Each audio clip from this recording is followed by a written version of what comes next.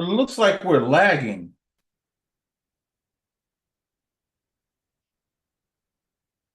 It looks like we're lagging.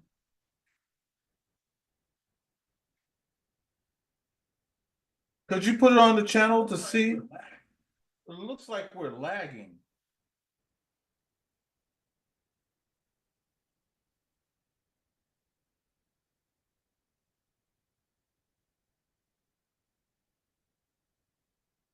How are you all doing? I'm hoping you guys are having a great night, and please forgive me. For some odd reason, my computer is tripping at the moment. I don't know why I'm lagging. Christina and Son, so good to see you. Marie, so good to see you also. Thank you guys so much for being here. I really do appreciate it. And am I lagging to you guys?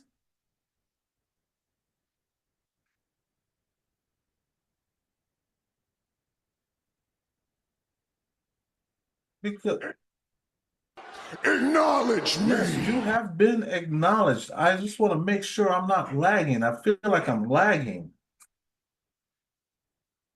Am I okay?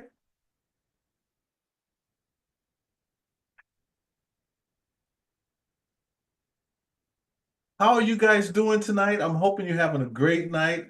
I also want to say Happy New Year. Happy New Year to you all. Kelly, so good to see you. Thank you so much for being here. Acknowledge You have me. been acknowledged. Thank you so much.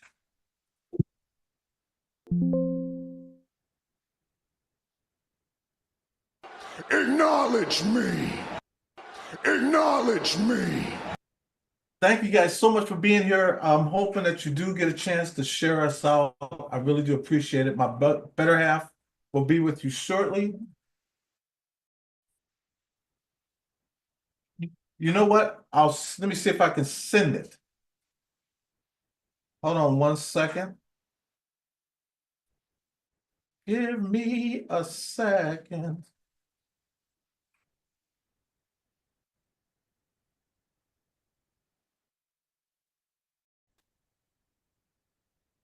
Okay, what I did, I put it in the link. If you see it, uh, it's right there in the link. I have a special guest that's going to be coming up, and that's who I'm talking to. I think he's watching.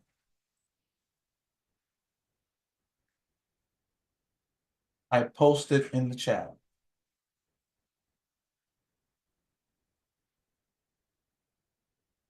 So, yeah, second over. I know, right, Ghost Dog? Acknowledge me.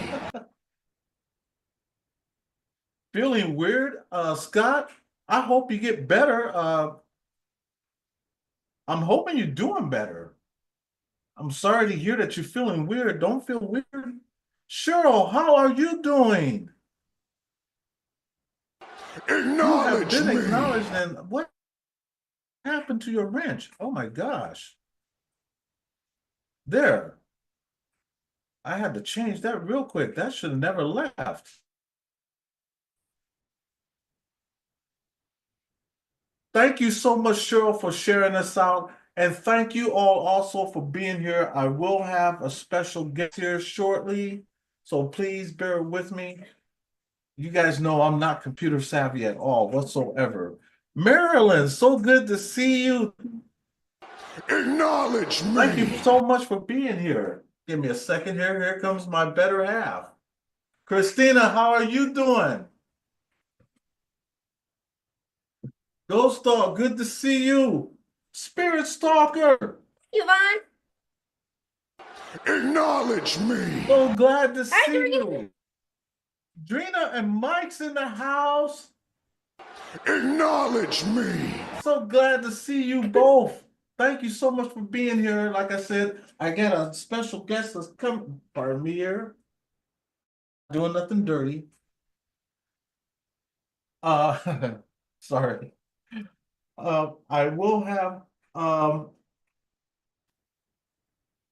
a special guest coming in very shortly. So please bear with him. How was you guys this weekend so far? And how was your New Year's? I do hope you guys had a great New Year. Jason Finch, so good to see you here, sir. Acknowledge So good to me. see you. You guys have a good weekend? Ours was pretty good. It was pretty dope. We sat here and listened to the fireworks. Didn't even have to go out. Just listen. They lasted all night long. Yeah, pretty much.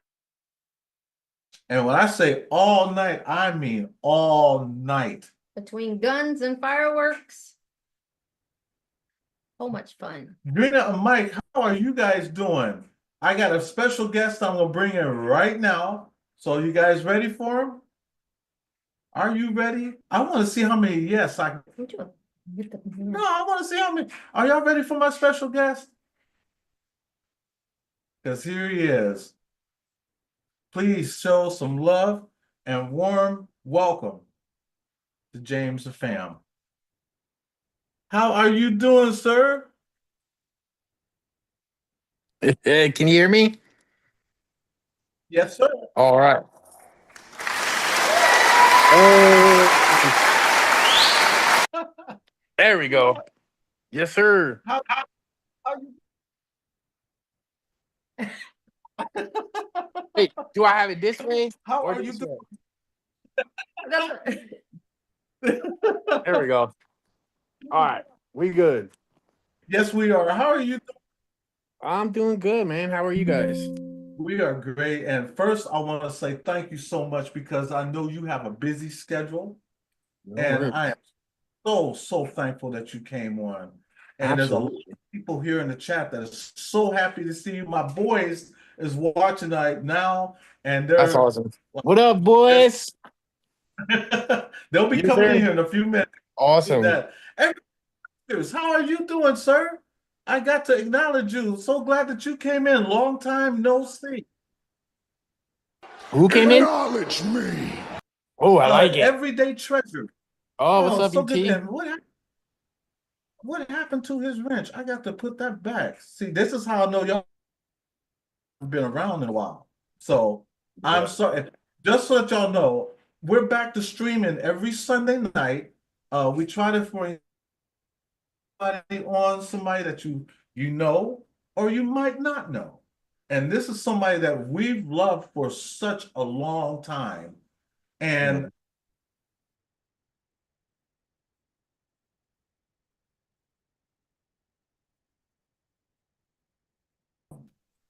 And believe me, the message that he spreads is what we always try to spread.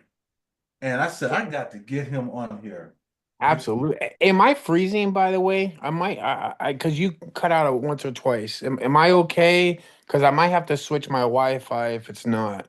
No, you're fine. I was wondering if we were okay because I felt We like we have were bad weather lagging. coming in. Yeah, we got Did bad you? weather. And I think it's because my mother-in-law. But other than that, I'm sorry.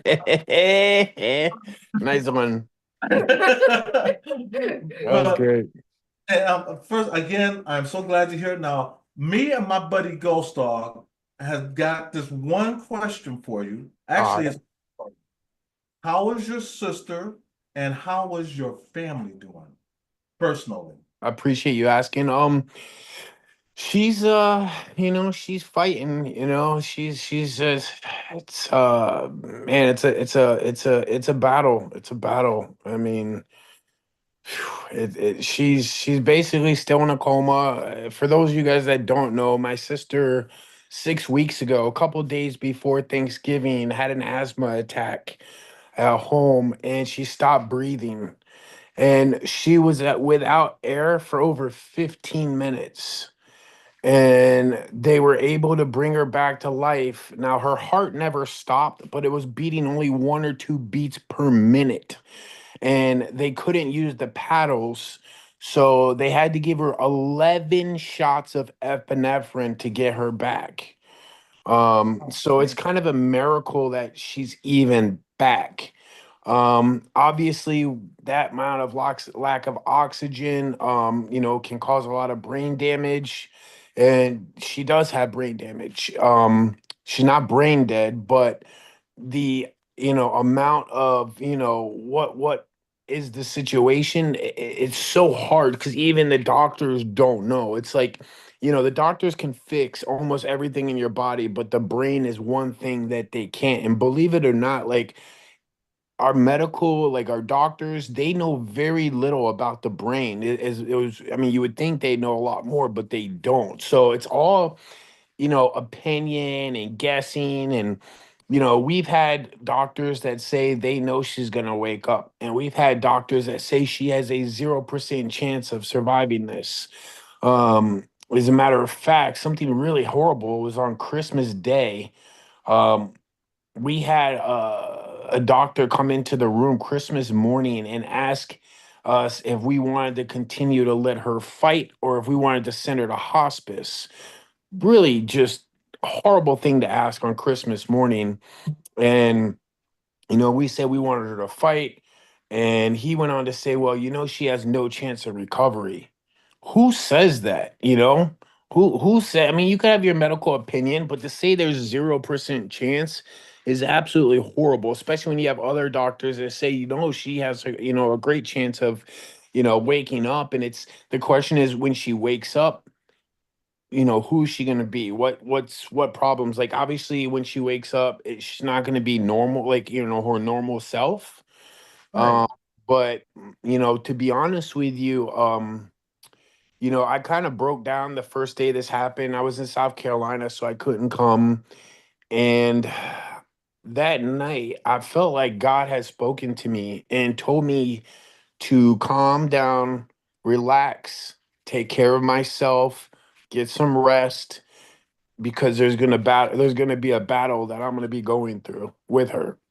And sure enough, man, those thoughts and those words have stuck with me, and it's absolutely true. And my faith has been so strong during this that it's a miracle that I've been able to just keep such a positive outlook on things with her through it. And 100% is because of God, giving me that faith. Um, so as much as some doctors, will say this or that, and there are some other things that have happened in the hospital. Like I'll tell you, because I didn't really get too much into this on my channel, because legality stuff wise, because I have a feeling I'm going to be taking them to court at some point. And what happened was I arrived on day 3, which was considered basically on a Sunday. This happened. I arrived Tuesday morning. Now, that day that I arrived, she had not moved or done anything at all. Within 2 minutes of me getting there, she started moving. She started moving her arms. She started moving her legs. She even opened her eyes for the first time. And it was absolutely incredible to see that. And she was making such great progress throughout that first day. And as a matter of fact, I remember one point where, like, the first time she opened her eyes, you just saw white. Then she opened her eyes later on, and she actually focused her eyes and looked directly at me while I was talking to her.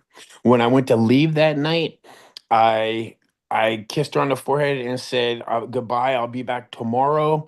And she shook her head no, like this. So she heard me.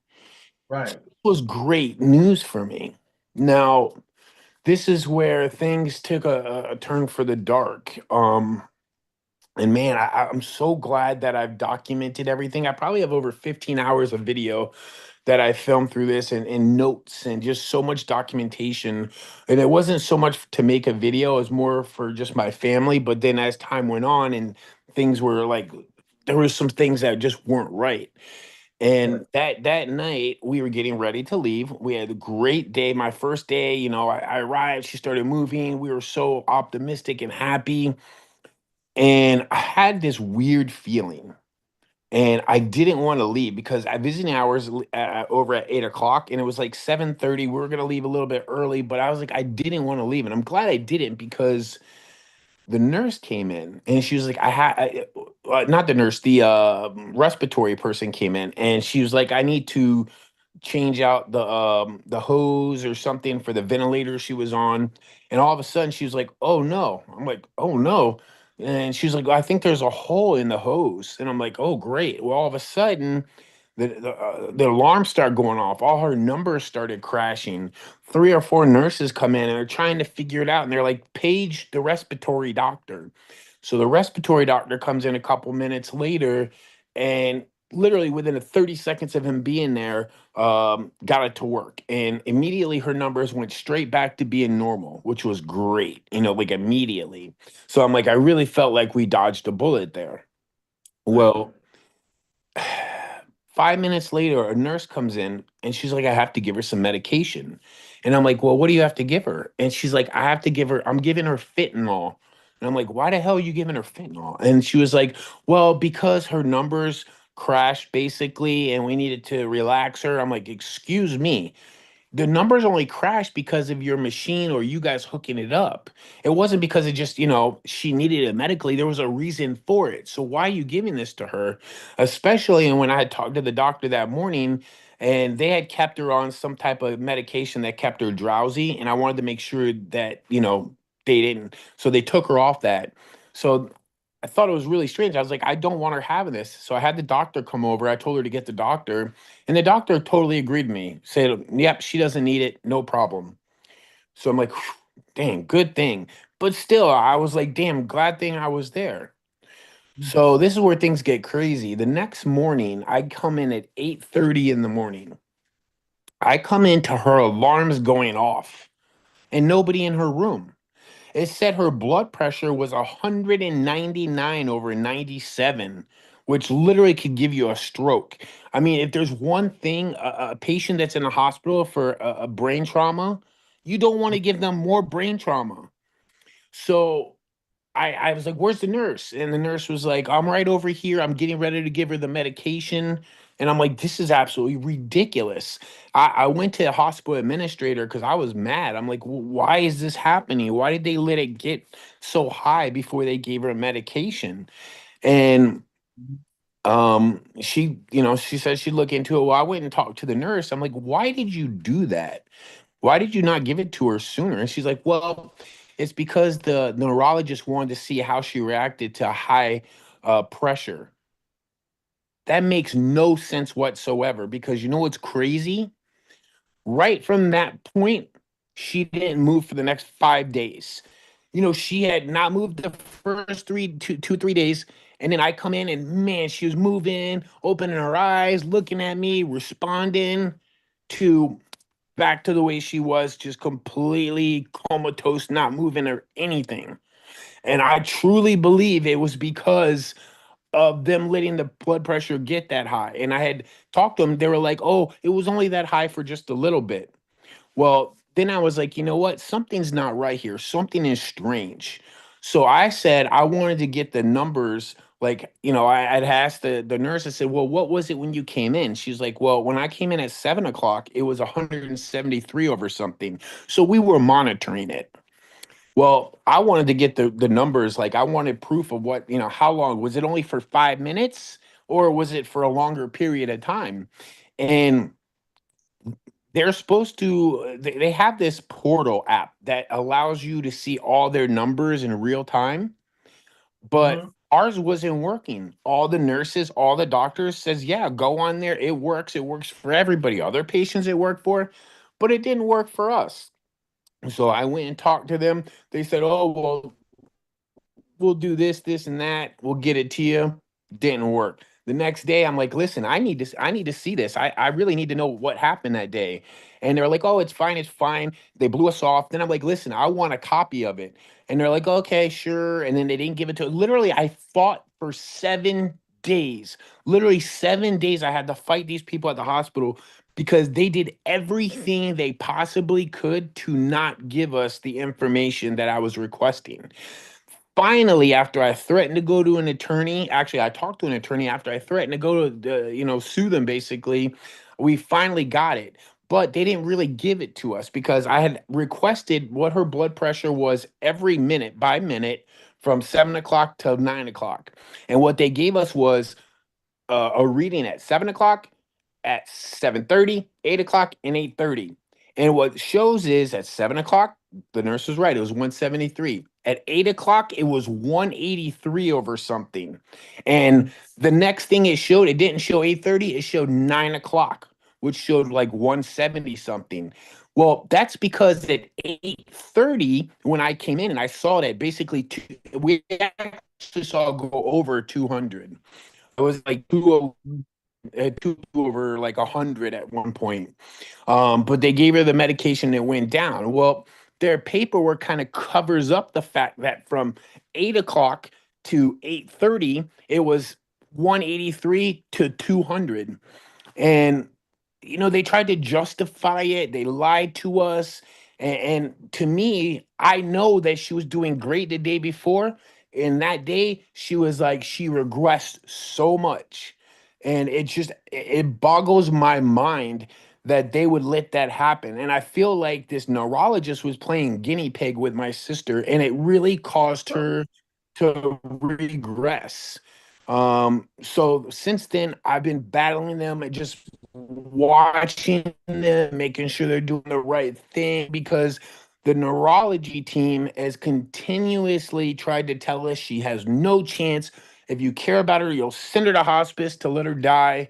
And even though the ICU doctors don't feel that way, and neurologists even told me that when they did the MRIs, that the radiologist does not agree with them. And they did an MRI the second day she was there. They did an MRI a week later, which they showed us. And it's funny because they were like, see these black specks? These are all damage to the brain. These are all spots that are damaged. And they're basically telling us, well, because I'm thinking, you know what? If them letting her blood pressure get that high, probably caused more damage. And they're telling us, nope, it's not. Here's the MRIs. But I'm looking at the MRIs that they're showing us, and you can see black spots that were not in the first MRI, which basically proves that she got more damage from that incident. And man, ever since then, I've been going to the hospital for 8 hours to 10 hours a day. Basically, I missed 2 days in the last 6 weeks that I've been here, 2 or 3 days. So it's definitely been a struggle, but also I feel like I feel like this is going to be a blessing because it's really opened my eyes to just how crazy our healthcare system is and how evil people can be. And I'm glad it was bestowed upon me to be able to document everything because one day I will be putting out a video on the whole thing, and it's going to be very shocking to a lot of people. Some of the other things that they did that I haven't even mentioned, but I don't want to, that's I've rambled on long enough Yeah, about it. But um, as far as my yeah, family goes, we're all keeping good, strong faith. We're doing, we figure if she's fighting, we're going to be fighting with her. You know what I mean? right. Um, So First of all, I just want you to know there's a lot of people in here that's saying prayers for your sister. I Uh, appreciate that, guys. Someone here named Stacy, Sean Cody, Everyday Treasure, Cheryl with Courage, Nina 2005, A Marie. So many people in here that's saying sending prayers to your sister. I appreciate the prayers because I totally believe that fan prayers, all the prayers that we've been getting, is the only reason she's still here today. There's so Right. many miracles that have already happened, which has given me the faith that one big miracle is coming. And it is. And long as you keep that faith, whatever you do, don't let it go. Never. But also keep your mind positive. Get Absolutely. that negativity. Oh Because we no, know, I have been very positive. It's almost like I don't even. It's amazing how positive I've been throughout this. I know it's only because of God. Only God could have uh, just given me the power that I've had. It's been incredible. It's just I haven't got emotional since that first night. I've stayed very positive and on my toes because I kind of, when I felt that first night, God had given me these words and put these thoughts in my head. And man, taking care of myself, resting because a battle was coming. This is exactly what has been happening. It's Right. insane. Christina's son, Ghost Squad said, Hey, Jay, Christina. she said, much love to you. I had a household put my mother in a coma. I'm not giving her any water. She was paralyzed from the neck down and they dehydrated her. The health care system is so screwed up. Well, the It really- problem is like my sister has Medicare. And the thing is, the hospital has done so much that I guarantee you they've maxed out how much they can get from her Medicare. And that's why they keep pushing. You know what's crazy? I haven't even mentioned this. The neurology team keeps pushing us to send her to hospice because Right. they want to get rid of her. But the thing is, they can't get rid of her. They have to find a long-term acute care facility for her. And because the neurologies have been so negative, and the fact that she's on a respirator, they're telling us they have not been able to find anywhere in Florida. I mean, we live in South Florida. Give me a break. They couldn't find anywhere in South Florida that would accept her. So I got a phone call this week and they said they found a place 10 hours away in Georgia that they want us to send her to. Oh, Lord. And I told them they're outside their damn mind. That's never going to happen. And the thing is, they have to keep her until they find a place that we agree to. And you know what? They played so many games, so many games. And I'm so glad I've documented everything because there's so much to it. There's so many layers of just craziness, things that you would never believe would actually happen in a hospital. And it's just shocking. It's like no family should have to go through watching their family member like that, but especially it's made it 10 times harder on me and the family because we've had to fight the hospital because we know that there's people at that hospital that are fighting against us. They're fighting to not save her life, but to end her life. And you would never believe that would be true, but it is. I believe that. Yeah, it's crazy. I never thought that would be true, but it is. Yeah. And that's why, I believe in prayer. People have to understand though that when you pray, prayer is it's like a Tylenol, it's time released. So there's times that the prayer will work just like that, and then there's times that it just takes time. Yeah. But keep your faith and hope. You're going to be fine. Your sister is going to be fine, and I'm saying that with confidence. I appreciate that. And I'm very confident she will be too. It Yes. might take a lot of work, like, but we can work, we could do rehab. We can work things out. You know what I mean? We just need her to wake up and Right. it's pretty strange. But we have had little good signs, things of her moving and it's like every week she does something once or twice a week that's new that she hasn't done. Like she was moving her fingers this last week. Mhm. I walked in the room one day and her eyes were open and I couldn't believe that. I literally thought she was awake. Um, but yeah, it's been crazy. It's been crazy And that God works in mysterious ways. for You know, sure. we cannot question God. You know, we can only do as He asks us to do, because if we do what He tells us, we always somehow go off to the left. But if we do what He asks us to do, then for some odd reason, we actually start walking down the right track, the right path. You know, Yep. it's something about when you're asked to do something as to being told. No one likes being told what to do.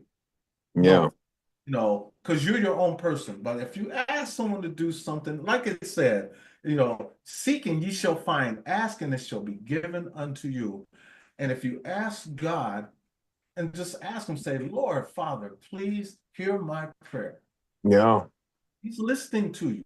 I believe it. And I know he's I think, working. I mean, like her boyfriend, who's not even a Mhm. big believer of God, has really Mm. turned to a lot of prayer every night, and he actually has been fasting for weeks now. Mm. Um, which is just it's beautiful to see, you know, somebody that's not very godly start trusting in God even in very hard times, because it's very easy to, especially for people that don't really believe in God, to not, you know, to blame God, or to, you know what I mean, not to have faith in God at that point. But you Right. know, it kind of just shows you, you know, how everyone's mindset is, and it's as good as we could ask for as far as that goes. I have one person has something to say to you. Spirit Stalker 54. She asked, or she actually says, "I lost my dad because he had a bad reaction to meds he took. Mm. They put him on life support for a few days, but then they said he was brain dead, and we needed to pull the plug." I'm And glad then you mentioned that, but keep going, keep going. I want to mention something after you say this, but is there more to it? no, and Drina and Mike, now they have a wonderful channel, by the way. Drina and Mike's Paranormal Adventures. They said, actually, they have a question. They asked me if I can ask you this, if he's aware of what drugs they were giving her. Yes, I have a list of every drugs they've been giving her. Yep. The thing that she was on that I had him take her off of when I first came in there was propofol. I had him take her off that. Um, and it's yeah. There was another drug that they recently had her on called Keppra, and this really made me upset because I pissed um, you. You hmm? was right. You was right. It pissed you off. Yeah, it did piss. Well, here's what happened. So she was doing pretty good. This was just this week actually, and I came in and she was not moving as much for a couple of days, and I was like, I knew something was up, and I Mhm. found out that they put her on Keppra, and it's the anti-seizure medication. And the thing is, according to the doctor's notes, because I have all the notes now, they said that they put her on it because the family had reported that she was twitching. You know what's crazy about that? She was not twitching, and nobody in my family told them that she was twitching, which is why they put her on it. But you know what's crazy? Right after they put her on it, guess what? She started twitching. And this is how I found out, because she was like just twitching. And I'm like, what is happening? Why is this happening? And they're like, oh, well, we got her on medication for that. I'm like, well, when did you put her on it? And I found out that they lied about it in their report to put her on it, but it That's was causing her harm, not helping her. It was doing what it's supposed to not do. And I told them I want her off this, and they even fought me about it. And some of the nurses were like, "Why are you taking her off that?" I'm like, "Because she is twitching." I'm like, "But she wasn't twitching before." Like, some of these nurses think they know everything, but I've been with her every day, all day. They go in the room for maybe 10, 15, 20 minutes a day. The doctors don't even stop by the room anymore. They just go by reports. So they can't tell me what's happening more than I know, because I'm the one that's there all the time. So I've just caught them with so many lies. And with your last thing that somebody said about their father and they had to, you know, take him off life Yep. support, this is another reason why I'm documenting everything, because I have heard this story now 10 times over. As a matter of fact, I talked to an attorney, and what's crazy is this happens all the time. The hospitals try to tell you there's no chance of recovery, their brain, you know, they're, you know, too much brain damage, whatever. And they make you think that your only option, if you care about this person, is to send them to hospice and let them go. I've had Right. over 10 people tell me this. And guess what? I guarantee you probably 30, 40, 50% of those cases, the people would have survived if they hadn't lied to them to do that. And this happens way more than you think, because the hospitals, they say that, but they're guessing. They don't know. One person may say this and one person may say this, and people always like get a second opinion.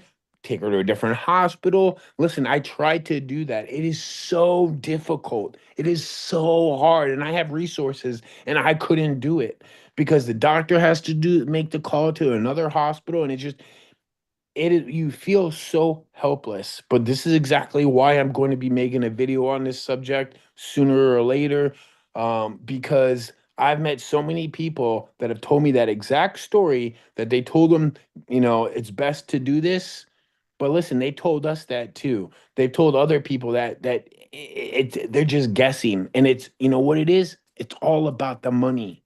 It's all Yes, it about is. the money because they don't want them to be there for 2 or 3 months. Because you know what? In my sister's case, they're gonna, if I let her stay there for a year, they're gonna have to be paying for that. They're gonna lose hundreds of thousands of dollars. That room's gonna be tied up, and they don't want that. So they'll do whatever they can to convince you. And they play good cop, bad cop. And then when you're like, there was a doctor, right? So when that first neurologist told us that she has no chance of surviving, I was very upset. One of the ICU doctors said they thought she did have a chance. Well, another ICU doctor we ended up talking to, because I was not happy with the people over there, he came to talk to us one day. And he was basically kind of like talking, trying to convince us to send her to hospice, like the neurologist was doing. And I'm like, listen, bud, I said, I know you can't be honest with me because that's what the neurologist tells you. But if this was your wife, if this was your sister, you would not pull the plug. And he's like, it's funny you say that because my wife actually went through a very similar situation and she survived. And I was like, listen, I don't trust these doctors, and he knew this. And I was telling, this was during the time where I was trying to get her transferred to another hospital.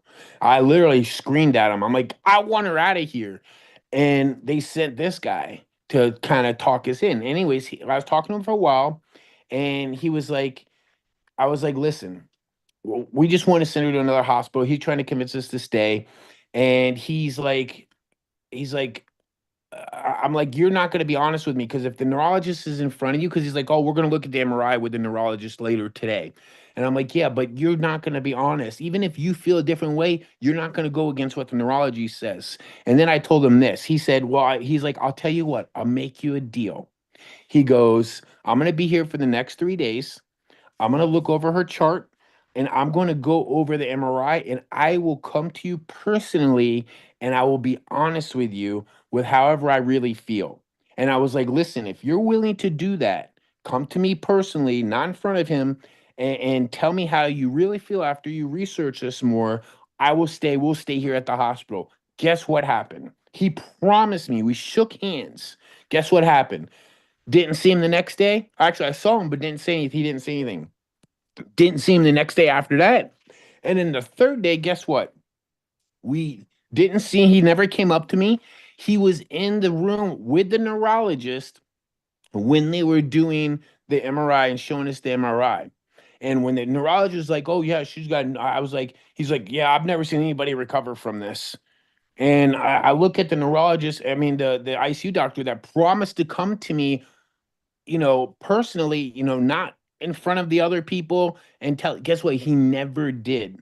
He never did. And it's funny too, because I told him in the beginning, I said, you will never be able to tell me what you really feel. Even if you thought she's going to survive, you would not, in front of the other doctor. I just know you would never say that in front of him because I could tell he's your superior or whatever. And he's like, Right. no, no, no. I will be honest with you and I'll come to you personally. And the guy never did. And that told me one of two things. Either he was a big fat liar, or number two, it was almost what I suspected. He didn't agree with the neurologist, but he couldn't come and tell me that. So his way of telling me was not coming up to me at all when he told me he was going to. So there's been so much just screwery. It's amazing. But hey, we're still here, and it's a miracle, and it's going to continue to be just an amazing miracle against all odds, against them telling us, and it's going to be a blessing for sure. At It the end is. of this, I'm going to help other people, no matter what happens with my sister. I'm gonna help other people with this situation. My experience, I'm gonna tell everybody, and it's gonna help a lot of people. And you're right. And what you're doing, you're helping people now, believe it or not, um, just by you being you. It's helping a lot of people, which brings me to this, because now we're gonna go to a little more and lighter side. So Yes, yes. I, I think we covered plenty of right, that. I wanted you to vent because I wanted you to get that out of your system. Sure, And sure. now you should feel a little bit better because No. now my next is I watched your very first video that you did, which was like 2 minutes long, and you was wondering if you would should start vlogging. Mhm. So tell me, what got you started into YouTube, and how did you get started? So, I was just watching YouTube like everybody else. I was running a business. I was the general manager of a company. And I just watched YouTube and just here and there, And one night, I had went with my kids to the South Florida Fair. You know them fairs and have all the carnival games and stuff. And they cleaned my clock. Basically, we didn't get but little teeny prizes. So I looked up on YouTube and I searched how to win at carnival games. And sure, it was just happened to be that Omar had uploaded a video about impossible carnival games. And I started watching it, and I'm like, "Oh, this guy's kind of cool." Started watching more of his videos, and during that time, this is before YouTube even had live streaming. Omar would go live on a platform that allowed you to guess people, and just like we're talking right now. And this is Mm-hmm. way before YouTube started doing live streaming. And Omar would have probably 10 to 15 people in those live streams. You may remember. Oh Um, yeah, and we just started talking, and I was a big supporter of his, online. My original name on YouTube was Swish594. And I was running my business, and this is also in the beginning of the ad apocalypse on YouTube. And anyways, one day Omar, we were talking about dumpster diving because he was doing dumpster dive videos. I'm like, "Oh, have you ever tried trash picking?" And he's like, "Oh, what's that?" And I explained it to him, and he's like, "Oh man, I'd love to come down there and film a video with you." I was like, "All right, let's do it." Came down, met him. It was we hit it off really well as friends, because we're only about 3 or 4 hours away. And just became friends, slowly and surely. And one day Omar was talking to me because his videos were getting demonetized, and he was really worried that he was going to have to quit YouTube and start working a job again, going back to cutting hair. And I'm like, "Nah, bro, your videos bring too much joy to people. You can't do that." I'm like, "I'll help you in any way possible." So I dedicated my time on YouTube to helping him, just like how like moderators, I was just like a right, super moderator for him. But people also started to become to know me because I'd be in one or two of his videos here and there. right. And one day, he told me about that. I told him I wanted to help him. I was over at his house hanging out with him, and because I could only spend a few days there because I had a business to run. And he was really worried about it. And he's like, "Bro, this is right when he was starting to do paranormal videos, right before he started doing paranormal videos." And he had asked me if I would help him out, and go be in some videos with him. And I was like, "Yeah, man, I'm down, let's do it." I wanted to help him out. And it just so happens that he had asked me about going on a trip to California and Nevada, and I was like, "Oh man, I can't. I'm running this company." And later that week, I found out something about the owner of the company that I was, let's just say, I wasn't happy with, and it really went against my principles. Right. It was kind of some shady stuff that I didn't like, Ah, and that helped push me to decide I was going to quit right then and there. Even though I ran the entire company for him, because he was out of state. And this was also the time Omar asked me to go, and so I went with him, and we filmed the trip, and we came back, and he I didn't want to do YouTube. He basically said, "Yo, all these people want you to start a channel. Why don't you do it?" I'm like, "Ah, nah, bro. I don't want to do that." He's like, "Look, you have almost 100 subscribers. And you don't even have any videos out." I'm like, "Yeah, that's true." I'm like, "I don't know, bro. I wasn't about it. You know what I mean?" And for 2 or 3 months, while we were doing dumpster dive videos and stuff, before we went on haunted videos, um, I just did everything I could to help support him.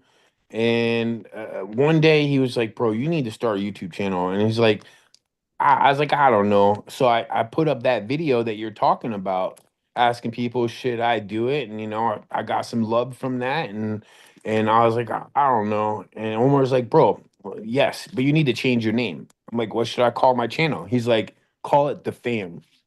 And that's how the name began, and that's basically how it all started. Wow. Even if you ask Omar till today, I only started doing YouTube to help him. I'm a one day. I want to get Omar on here too. Oh I, yeah, I'm sure he would love to. because I know he's always busy, but I just want to hear his testimony, and because he's another person that see. There's a few people in here that used to call me a Black Omar, and I never knew who Omar was. And I think it's because there's things that he do that I do. Hmm. And I don't never, I don't like to compare myself to nobody. I'm just Yeah, me, yeah. you know what I'm saying? But Mhm. I started watching Omar's videos, I want to say, what was it, 2 or 3 years ago? I got him into it. Yeah, because right, I had started watching you first, and we're talking like I want to say 6, 7 years ago. I didn't really start watching Omar till like maybe 3 or 4 years Oh ago. wow, okay. Because I Huh. didn't know who he was. And people kept telling me, you remind me of Omar, you remind me of Omar. And I'm like, Mhm. who is Omar? And then I've watched his videos. I watched the one he did. It started when he was moving and then the personal issues that he had. But Was that the stalker time or yeah, was that okay, yeah, yeah. that one. And I guess he had an incident with Patty Adams, uh, from Patty and the GT. You want to know something? Y'all gotta keep it amongst us, okay? Let's not Well, start spreading it. But but I'm going to anybody else in let the me let chat. me just let me say this. Let me just say it this way. I You know put what? out Maybe a video, huh? maybe you should just tell me personally No, no, no. It's because it's cool. people. It's cool. It's cool. It's cool. It's cool. It don't matter. Okay, Um, okay, I put out a video not that long ago. It was like a video. It was a video of when I got arrested for filming at this wedding chapel with Urban Ghost Guy. And he said that we were allowed right. to be there, whatever. And we went there. And it's funny because I was actually hanging out with Patty and I told her that I was going to go be filming a video with him and where we were going. And we filmed the video. I put it out on YouTube the next day, and literally I put it out at night. The next morning I found out we had warrants out for our arrest. Me, Joe, and somebody else. I don't remember who it was. Really? And I'm like, how the hell does that happen? And we found out that somebody called the owner and said that these guys broke in, were stealing and damaging property. The owner happened to know the sheriff. So the sheriff basically put warrants out for our arrest right away. And it's funny because when I had to turn myself into jail, Omar and Chelsea, my girlfriend at the time, went over to play a joke on Patty and tell her, "Hey, we just dropped James off and they were asking about you." And she was like super worried, because she Damn. thought she was in trouble. And then they were Right. like, "Oh, we're just playing with you." Well, there's a reason why she should have been super worried. And I didn't know this till years later, but we had a friend of ours named Boomer who was I actually remember. the night that the video was released. Boomer was Mhm. at Patty's house that night. And Boomer told us that Patty is the one that called the police. She's the one Oh, because she was just, what? I consider that lady like a mother. She was so nice. She was always talking so good about me. And I found out something crazy. Like the first time I met her, she talked to one of my friends, Chris Starr, and said, I don't know about this James guy. I think he stole some stuff while he was at my house. Well, she's thanking me for being so nice to her and kind to her. She's got some problems. Let's just say that. And it all came about because she did something really bad to Omar as well, and I won't get into all of that, but she was the reason that I got arrested. She basically lied and a plea. I wish I could go back in. I wonder if the statute of limitations are over. But I guess she called the owner because I guess she knew the owner of this place and she was jealous because we got in, or jealous of him, or me filming with him. I don't know. I don't believe she would have called the police and got us arrested if it was just me there. But because I was with him, I guess for whatever reason she did, and it was just a very disgusting thing to do. So yeah, Um, my son, my son Cody's in the chat. He said hi to you. what's up, Cody? Good to see you, Uh, bro. I'm hoping that that's water on the bridge because Hmm. we were friends with Patty, Way and past that. Yeah, I'm when I'm all way the drama, past it. Yeah, because when all started, we she's never done nothing to us because we really didn't know her. I told her I would like to have met her one day so I could just pick her brain on a lot of stuff, yeah, but sure. Well, listen, uh, she was like a mother. I loved that lady for a long time, and I actually dated her daughter for a while. Not a lot of people knew that, but um, yeah, but wow, that's yeah, just I mean, she for me, honestly, she's never done nothing wrong to us. somebody else mentioned something. It could have been her, but like, I didn't believe it until I heard it from this guy Boomer who was there. But what's Mhm. crazy is I should have known because I was so dumb because I couldn't understand how we put out a video that night and the next morning we had warrants out for arrest. There's no way somebody could have worked that hard. And you know what? I forgot that the only person that I told that I was going to that particular place was her. So she knew about it. She was the only person that knew about it.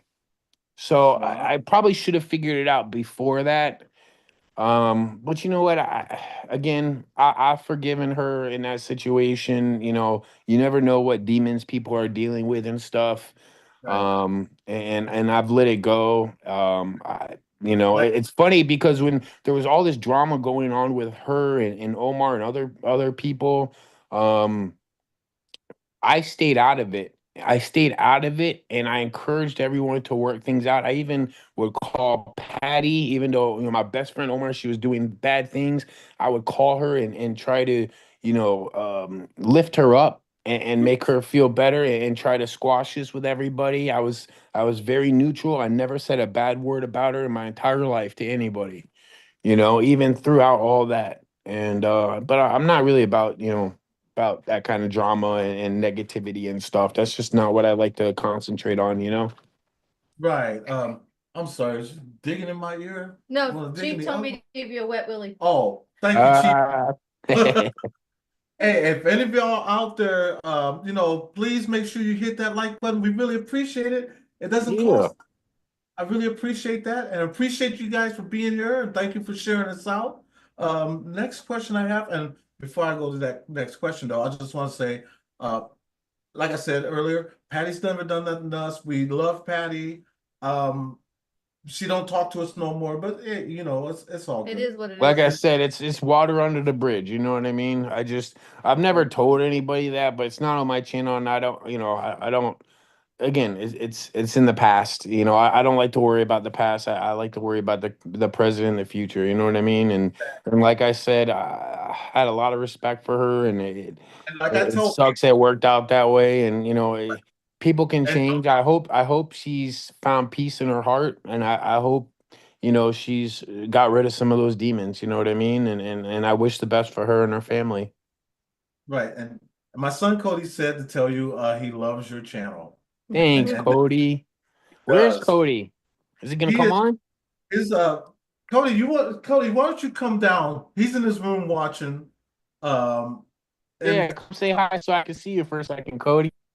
come on, Cletus. That way I could say I've actually seen you. A. Marie says, James, what's the craziest? You know what, A. Marie, this was a question I was going to ask him. I had this written down. What is the craziest adventure you've been on while filming? And that's a question I was going to ask you on here. Mm. I would say the craziest would probably be uh my ex-girlfriend Chelsea and I had flew into Colorado, and my friend Aiden had picked us up, and we were gonna go to a place called Third Bridge, and is craziest thing ever happened. Like we got there, and it's funny because we were driving there, and all of a sudden they thought they saw a person on the dirt road. Because we're in the middle of nowhere on a dirt road, no one around for miles and miles and miles. And then when they kept talking about a light, they see a light in the sky, and they're like, "Oh, it's zooming around," and Mhm. I just blew it off. And we get out of the car, and all of a sudden, a car, this big SUV pulls down the street, and we weren't expecting to see anybody there. And it drives right past us, going like 5 miles an hour, all blacked out windows. And then it goes around to the end of the not the industry, but it goes, "Hey, what's up, buddy? This is Good Tony, to see you, man. and that's Tony. Hi. They're What's both up, Tony? they're both Hey, special. Cody. They love your channel. I definitely gonna make it out there, and we're gonna hang out one of these days, okay? One day this year, 2025. You're an inspiration to him because he's semi-blind. Yeah, yeah, we in the same boat Yes, and for by sure. your channel, You got him it, started. it got him started. He said, "I want to be like James." Oh man, I forgot. You gotta send me a link to his channel. His channel is right there in the chat. It's called, what is your channel? It just went away. Cody Text it to me later so I have it though. Will. Okay. But both my boys, they love you to the utmost. You I know, appreciate I really appreciate that. You guys I can't wait to meet you guys. We were supposed to meet a year or two ago, but we definitely gonna do it this time. Yvonne Spirit Stalker says James scares the heck out of me. He Mm. is blind and went into a funeral home by himself. That actually that's the number two most craziest video I ever filmed. Yeah, that was pretty crazy too. Like me, Omar, Mo Sargi, and another friend of ours all went to this place, and they were so sketched out by the area that they decided they weren't going to film. I'm like, "What do you mean you're not going to film? We came all the way here to film this." And they went back to the hotel, and I'm like, "Nah, man, I'm going back." And they're like, "Yeah, right." I called an Uber, a guy in it. I went and did it by myself. They were scared. All these macho guys, Omar and Mo, you wouldn't think they'd be Right. scared. They were too scared to do it as a group. And I was like, hell no, I didn't come this far not to do it. I risked it for the biscuit, you know what I mean? And I'm glad I did, because that was one of the craziest videos. And I think there was a dead body there. Because there was a smell in one of the caskets. I couldn't get close enough to smell to look. I just couldn't do it. I was literally up chucking in my video, and I had to cut a lot of that out, but it was the worst smell I've ever smelled in my life. Ooh, thank God you ain't smell my boys' shoes. Yeah. I'm Hey, if just they get wet, they can smell.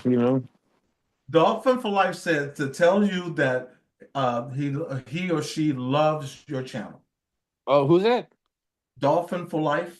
Oh, Jennifer. What's up, Jennifer? I love Jennifer. She's Oh, she's a great fan. I think Dolphin for life. She's actually Okay. a Dolphin fan also. Yeah, see. Uh Hey, Exploring with Fluffy is here. How you doing, Fluffy? the Fluffster. What's up, man? Miss you guys. And he lost his wrench too. See, that's how. See, you haven't It been around happens. too long, YouTube does that after a while. Yeah, YouTube would do that sometimes. but you got your wrench back, Fluffy. Fluff is the stuff. my friend Fluff Chief. is this. I like that. Fluff is the stuff. Hey, I have a Uh, question for Jen. Mhm. Why do you talk so much? I don't talk a lot. I'm sorry. I I'm know. quiet. No, that's okay. I'm just joking. yes. She You does just talk. elbow him and you take over, That's why I tell people she has the sailor's mouth. I don't. Yeah, Mm, that's She will get ghetto in a heartbeat if you let her. Believe I me. feel you. I feel you. And Hey, we all do at times. We all have our moments.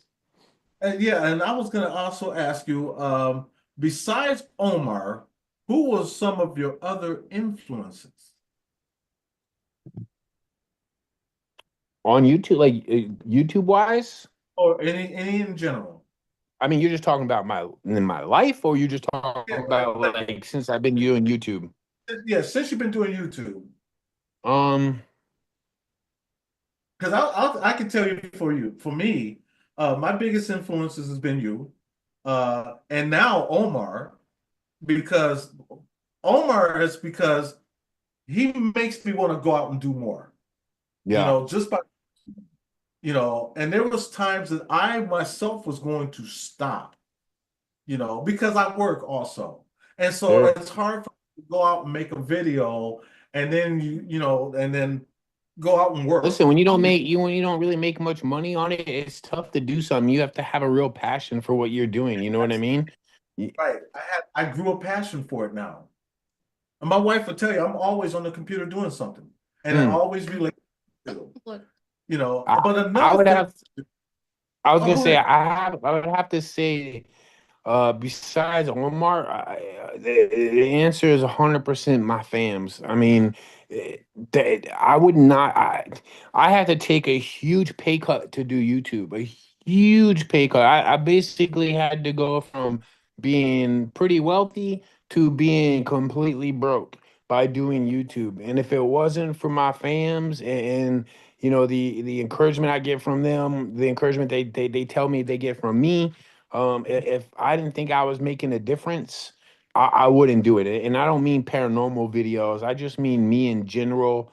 Trying to help, make this a better world in any way. Help people out in any way I can. And that's always been what my goal in life was to, spread the word of God and to spread kindness and love. And But maybe paranormal videos isn't exactly what I had planned on, but it's been a way to get where I've met. You know what I mean? And right. you know, And I like, I told you this before. I love how you represent when you go live. You wear your heart on your sleeve.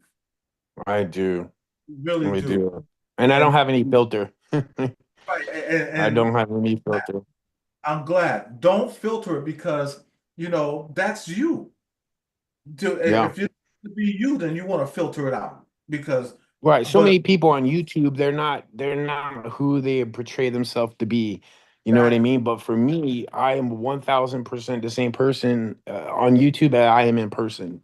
And I've met thousands of fams over the years, and I'm pretty sure all of them. I guarantee you, there's probably 3 or 4 or 5 people. And actually, for anybody that's in the chat right now on the channel, put in a comment if you met me in person. Say I met you. I'm just curious because I guarantee you there's a couple people in this chat that I've met in person, probably several.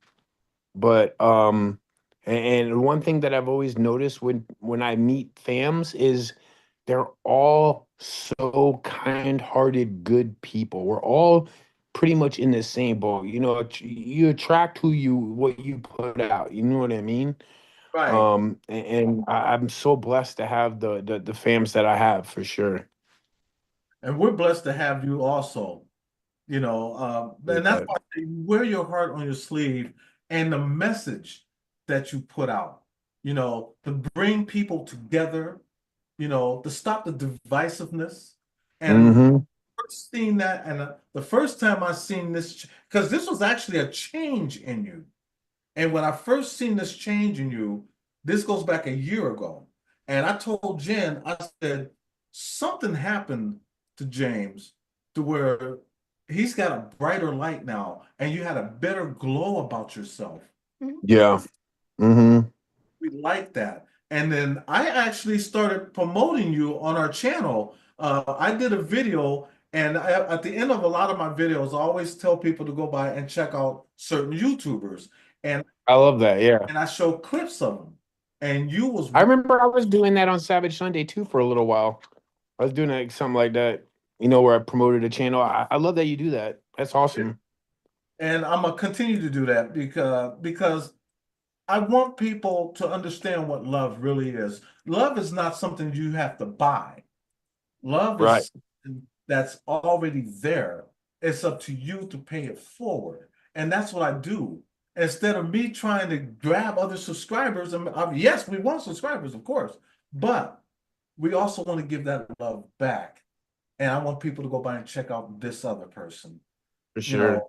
And that's why we've been doing it ever since day one when we started doing YouTube. We always shout out other YouTubers. I'm gonna continue to do that because that's God's love, Hmm. paying. And at the end of all my videos, of course, I always have positive messages, I telling love that. people, I told you that I was gonna quit. And I even said it on a video until one day I watched a video from Omar Gosh, and it told me, you know what? Because if I quit, then my boy is gonna quit. And Yeah. in order to be a leader, you have to lead by example. Mm, And so I got to go forward. And then all of a sudden I grew this passion for it. And so mm. I both of you guys Oh my for gosh, I can actually see you guys now. My screen was like it was me, it was like big me, and then you guys were small, and I just realized I pressed the button. Now I can see Cody and I see my boy back there, and like I can see all you perfectly now. Cody, man, you guys are just you guys you're very I can't stand still like you're doing right now. That's awesome. I yeah, get and Cody, y'all don't have to stand there. I mean, y'all can still watch us on TV, or yeah, I feel like I don't want you guys. Yeah, I don't want y'all to. I can't do that. But you guys have some great patience. That's awesome. That tells you a lot about you guys, honestly. Because a lot of people your all's age, you'd be in there, you'd say hi, and you'd run right back to your video games or something. The fact you all stayed there and listened, that tells me a lot about you guys. So thank you guys for that. and I love you, James. I gotta go. I love you guys too. Bye. That's my there. and let me tell I you, can't wait to meet you. when they say that, they mean it. They really do. I believe it. Um, Tony has autism, and Hmm. plus he has intellectual disabilities. Hmm. Cody is semi-blind disabilities, and then my son Manny, who's not here, Hmm. Manny is severely autistic, nonverbal, Mm. and he has Epilepsy. epilepsy. We were talking Oh, about Kepra, please, for God's sake. I don't recommend Kepra on anybody. no. Yeah, I'm I because so happy. believe it. I'm so Yeah. happy. It's funny. It's funny you say that because like I had somebody tell me the other day, like, are you a doctor? Have you gone to medical school? I'm like, no, why? They're like, you know so much. I'm like, listen, I knew none of this until the last couple of I have had to learn. I've had to learn about a lot of everything, all this stuff. And honestly, Chat GPT has been a godsend because if it wasn't for Chat GPT, like taking all the doctors, what I'll do is I'll take the doctor's notes or chart and then I'll put it in the Chat GPT and ask it to explain it to me so I can understand it. And it does it in a perfect way. I'll ask questions because sometimes like it's tough when when somebody from the doctors are telling you this and you've had this feeling like something doesn't seem right, but how do you go against what they're saying and tell them no? Well, thank God for ChatGPT because if it wasn't for that, for me to be able to do my own research and figure out things, she wouldn't be here today. So definitely a good tool for everyone to use for sure. yes, it is. It really is. And our son Manny, he is so, severe. He sleeps in our room with us because there's times Manny has a seizure daily, Mm. so and he gets up in the morning, he'll have a pet on, and he'll just Yeah. go through these traits, you know. A phone call it. Mhm. Sorry. Oh no, you're Good. fine, you're fine. And so has these traits. But I also want to touch on you being a dad because you are a really good father. I appreciate that. You really are. There's a couple things you did with your kids, and I said, that's a good man. For sure. My kids mean a lot, for sure. I mean, my biological dad wasn't around and I knew I was never gonna be that kind of dad. I feel you. For sure. So yep. I mean, I got a house in South Carolina just to be able to be with them, you know. Right. You know, Wow. I was gonna get a place by Omar, but you know, I knew my kids, they're all older, you know, they're 19, 21, 23, and you know, they're still with their mom, and that's only gonna be for a small period of time before they all go their own ways and figure out why not be with them. And it's funny, my oldest daughter is her and her boyfriend for Christmas, they're going to Japan in February next month, actually a month from now. And then they invited my daughter and she went, it was gonna is gonna go, and then they invited my son. So now all three of my kids are going with with her boyfriend to Japan next month. So I'm very excited to do that. My son wasn't gonna go. I'm like, no, you gotta go. I'm like, you know what, you'll never have that type of you know, opportunity to be able to travel. I mean, I haven't even been able to do traveling like that before, and I'm the travel guy, you know what I mean? You know, so I'm very excited for that for them. So that's going to be a cool thing for them to experience. That has been one of my, and we just talked about that, didn't we? Just a couple days ago. I told Jen that was on my bucket list to go to Japan. Yeah, they're flying to Tokyo. Hmm. That's on my bucket list. I want to go to Japan so bad. That's cool. And so that's still my, but the thing is, I really don't like to fly. If I have God a wanted fear of me to have, flying. if God wanted me to Oh, have wings, flying's fine. It's all right. You get past it. But I hope. Um, but another place I want to go though is the Philippines. oh, me too. I want to go there too. Yeah. I want to go to the Very Philippines. cheap, very cheap. Everything is so Oh, cheap. I know somebody that used to go to the Philippines and he'd put it like in his luggage, like mhm. brand new. He'd go to a Walmart and buy like alarm clocks and little electronics and stuff, and they sell for like 10 times as much over there. But regular stuff is very cheap. Stuff Yeah, that from there is cheap, but imports is expensive. But you know where I want to go, where my dream spot is? what's I want to that? go to Bora Bora. Ooh, Bora Bora. That's my dream place. But I don't want to go there unless I'm with like a significant other. I don't want to go by myself to there. But I think that like if I ever get remarried, that's my honeymoon, 100%.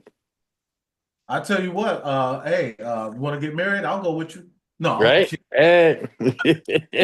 Hey, It's a bromance, you know? It's right. hey, mama. Romance, man. I mean, well, you Hey, know, hey, hey. Weenus touch. Weenus touch. Ready?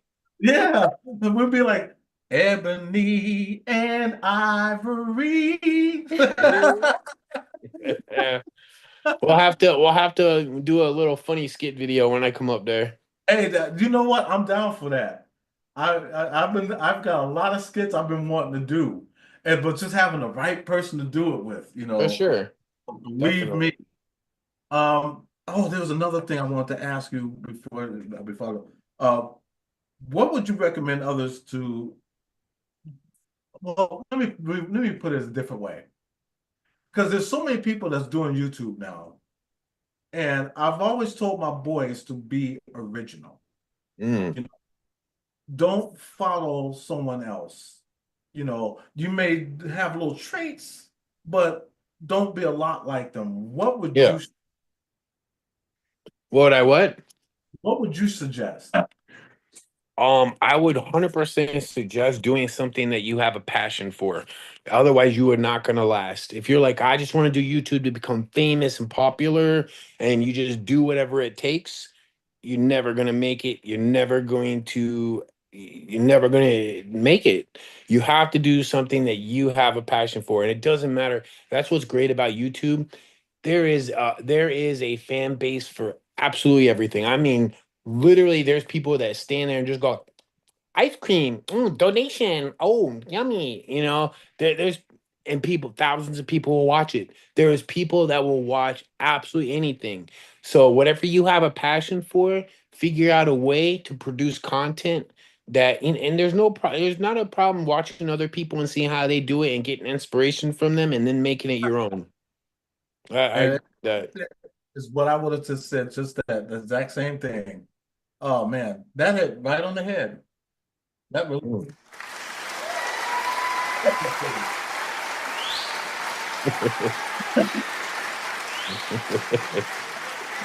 That's great. That's great. The reason why I asked that is because my boys, they used to want to try to be like me or try to be like you. And I said, if people are going to connect to you, they don't want to see you be like someone else.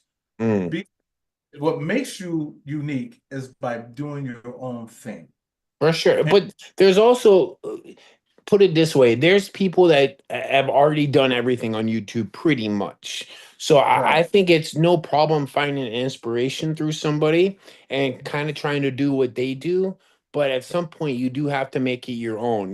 Don't directly copy them. But I feel that's natural. If you find it, if there's somebody that you watch that you like and you have a passion for that type of content as well, 100%, nothing wrong with seeing what they do and trying to recreate it in your own way. You know what I mean? I think most people on YouTube have got basically do that. I'm not going to say copy other people, but they take the inspiration for what other people do. um and I don't think there's anything wrong with that. I think it's a great way to be able to figure thing out. But if you're going to do YouTube, there's two things that is very important for your video. Well, a few things. One, with whatever video you're doing, you always want to put the first 10, 15 seconds something very exciting. Maybe something for people to look forward to, something to catch their attention. Whatever it is in that video that you think is going to catch people's attention, put it in the beginning, because that first 30 seconds is when most people click off. So if you can get them past that 30-second mark, you're going to pretty much keep them. Number two, thumbnails are so important. You want to make them bright. You want them to stand out in whatever way you want. ChatGPT can help do thumbnails now. But thumbnails are very important, as well as titles.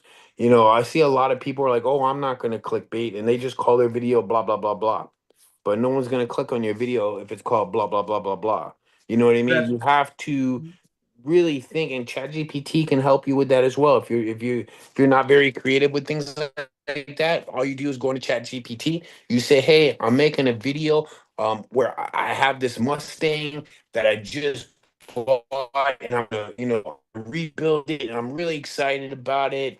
It's a 1976 Mustang, but I want to make a video introducing it to people. Can you give me a title? Can you give me a description? And can you give me a thumbnail?" And it will help you do that. And a lot of times I may not use exactly what they say, but it'll help me come up with, like for example, with me and Omar. Me and Omar always, one of us would be like, "Yo, I got this great idea," and we tell each other about it, and then they're like, "Oh, that just gave me an even better idea." All the time. So it's good to do that sometimes as well. But yeah, thumbnail, title, and the beginning of that video. Um, Ina Reed said, she wants to say to you that your videos helped her stay strong as hell. She's been going through a lot within the past year, and it's really been helping her become a better person. And you I too. appreciate that. I'm proud of you. I'm proud of you. That's amazing. We need more of that for sure. And you know what? Yeah, Happiness comes from that. You know what I mean? Pure happiness. right, because I tell people you have your happiness and you have your happiness, Yeah. but well, Mm. my I, uh, yeah. no, I'm just kidding, but That's pretty good. you We inspire a lot of you people. inspire a lot of people, and people like you is who I'm attracted to because we keep drama away. We don't go to people that got drama going Hey, on drama in sells. their YouTube, you want to do drama, it actually will get you more views for sure. it, But it does. but But then sex yeah, sells too. for sure. For sure. So but you ain't gonna see me and Jen on an Hey, OnlyFans some thing. people love drama. Some people thrive on drama. You know what I mean? They pay people to They would pay me to keep my clothes. here's his quarter. Put it No, back I'm playing. on. Take it off. No, put it back on. Another thing, you also get your share of haters. Of course, there is nobody on YouTube that hasn't gone through a lot of haters, and the more successful you are, the more haters you're gonna have, and that's one thing. Um, you have to have thick skin to do YouTube, because no matter who you are, there's gonna be somebody jealous of you, and they're going to give you a hard time, no matter who you are. This is how I've always looked at this. As long Mhm. as you have 98 or 99 people standing on this side supporting you, who cares about the one or two other people? Imagine in real life, you at a park and there's 100 people, okay, that watch you, okay, and they all came to meet up with you, but 98 of them, 97 of them are sitting there just praising you and thanking you, and then the one or two people or three people over here that are making fun of you or talking crap about you, standing there. Are you who's overpowering who? I mean, are you worried about the three people or the 97 people? Because no matter what you do on YouTube, you're gonna have haters. You're always gonna, as long as as long as you're not having 50% haters. If you have 50% haters, you're doing something wrong. I can tell you that right now. And there is channels that have nothing but hate, you know. Right. But if you're a normal channel, you're getting 95% positive and a few percent negative. Just let it go. Don't worry about it. It's something that you know is going to happen no matter what you do, who you are. And it does never a reflection of you. It's a reflection of them. Right. And you have to have the mindset that I'm going to get hate from people. There's going to be people that are going to try to break me down. But that's how those people try to feel better about themselves, by breaking others down. They're out there. There's tons of people out there. Just imagine if it's like demons, right? Mhm. As a matter of fact, saying that, I seen a live stream you did recently, and it was something about are we communicating with aliens, right? And paranormal. And Mhm. it's funny you meant Right. you did that, because I have a belief that aliens are real, Mhm. but I also believe that aliens are demons and demons are aliens. Mhm. And there's been some things in my life that have made me believe that. I'm convinced of it. Mhm. um the aliens are real, but they're demonic, fallen angels, whatever you want to call it. And I believe that's the truth Right. about that. And fallen angel, we still love you even if you are a demon. We love Right. you. She's Yeah. in the chat. You know, Amanda, I'm just playing with you. Oh, you talking yeah, I messed up. No, But demon, fallen angel. you're But an alien. right, you're right. But yeah, I totally believe that. I'm gonna do a video on that one day. I've mentioned that a few times before, but it's You should because I tell people all the time they should have an open mind. There's people that let's say for an example that believe in ghosts, but they don't believe in Bigfoot. Or mm, people that believe in Bigfoot but don't believe in ghosts. mm-hmm, Or people that believe in mm. UFOs but don't believe in cryptids. I mean, there's so many I'll put it like this. I believe that there's something out there. Just because I haven't seen it doesn't mean it's not Well, it's funny you mention this, because remember you were talking about it like a year or two ago. You noticed a change in me, right. and probably maybe that I don't really use spirit boxes anymore. I Mhm. don't believe people should be using spirit boxes anymore, believe it or not. And I'll tell you why. After all the years of me doing spirit boxes and communicating with the other side, I realized a couple things. One, I don't know who we're talking to. I don't know if it's all demons, if it's good spirits and bad spirits. I know they can trick you, and there is no way for you to know. I don't care who you are. I don't care as much as you're like, "Oh, I know I'm talking to my relative," or "I know they wouldn't know all this." No, you don't. You really don't. They're The devil is the ultimate deceiver, and demons are the devil's work. And I 1,000,000% believe that the devil's real, God's real, and demons and angels are real. um but I've realized that it is very dangerous. It's a lot more dangerous than I ever realized. And because of the fact that they can manipulate you while speaking to you, and so many things that have occurred throughout the years that I've been doing this. Um, I've it's not so much that I don't think people should be using them. I think it's too dangerous for people to use them, if that makes sense. I Yeah, think there's a lot of things that I've seen people, go down the wrong road because of spirit boxes, and or people that get too obsessed with it, and I don't want to hurt people's feelings or people that have gotten into it and love it or whatever. I did it for years without thinking it was dangerous, but I realized it's very dangerous, and it's something that you should really think about, and granted, I'm the one that has put it out there and helped promote it for years, so I'm to blame for a lot of that, for people that have gotten into it. You know what I mean? But also I'm man enough to say, hey, I think I was wrong for promoting that. I'm not gonna lie. That's one of the things I do. I Yeah, use, no, I understand It and all depends on the right. If for I sure. got experience, I would stop. You Yeah. know, I Well, let you the guys also, there's certain people I believe can handle it, but right. the way I'm talking about it is I've promoted it to a lot of people without putting that warning out there Oh that it's yeah, not just fun and games, and it can be very dangerous. And that's what I think I have a guilty conscience with, is getting people that have gotten into it without realizing how dangerous it is. And I believe that I should have put that out there, because still to this day I get tricked and I don't know what the heck things are. And if I don't, nobody else out there is going to, and you're right.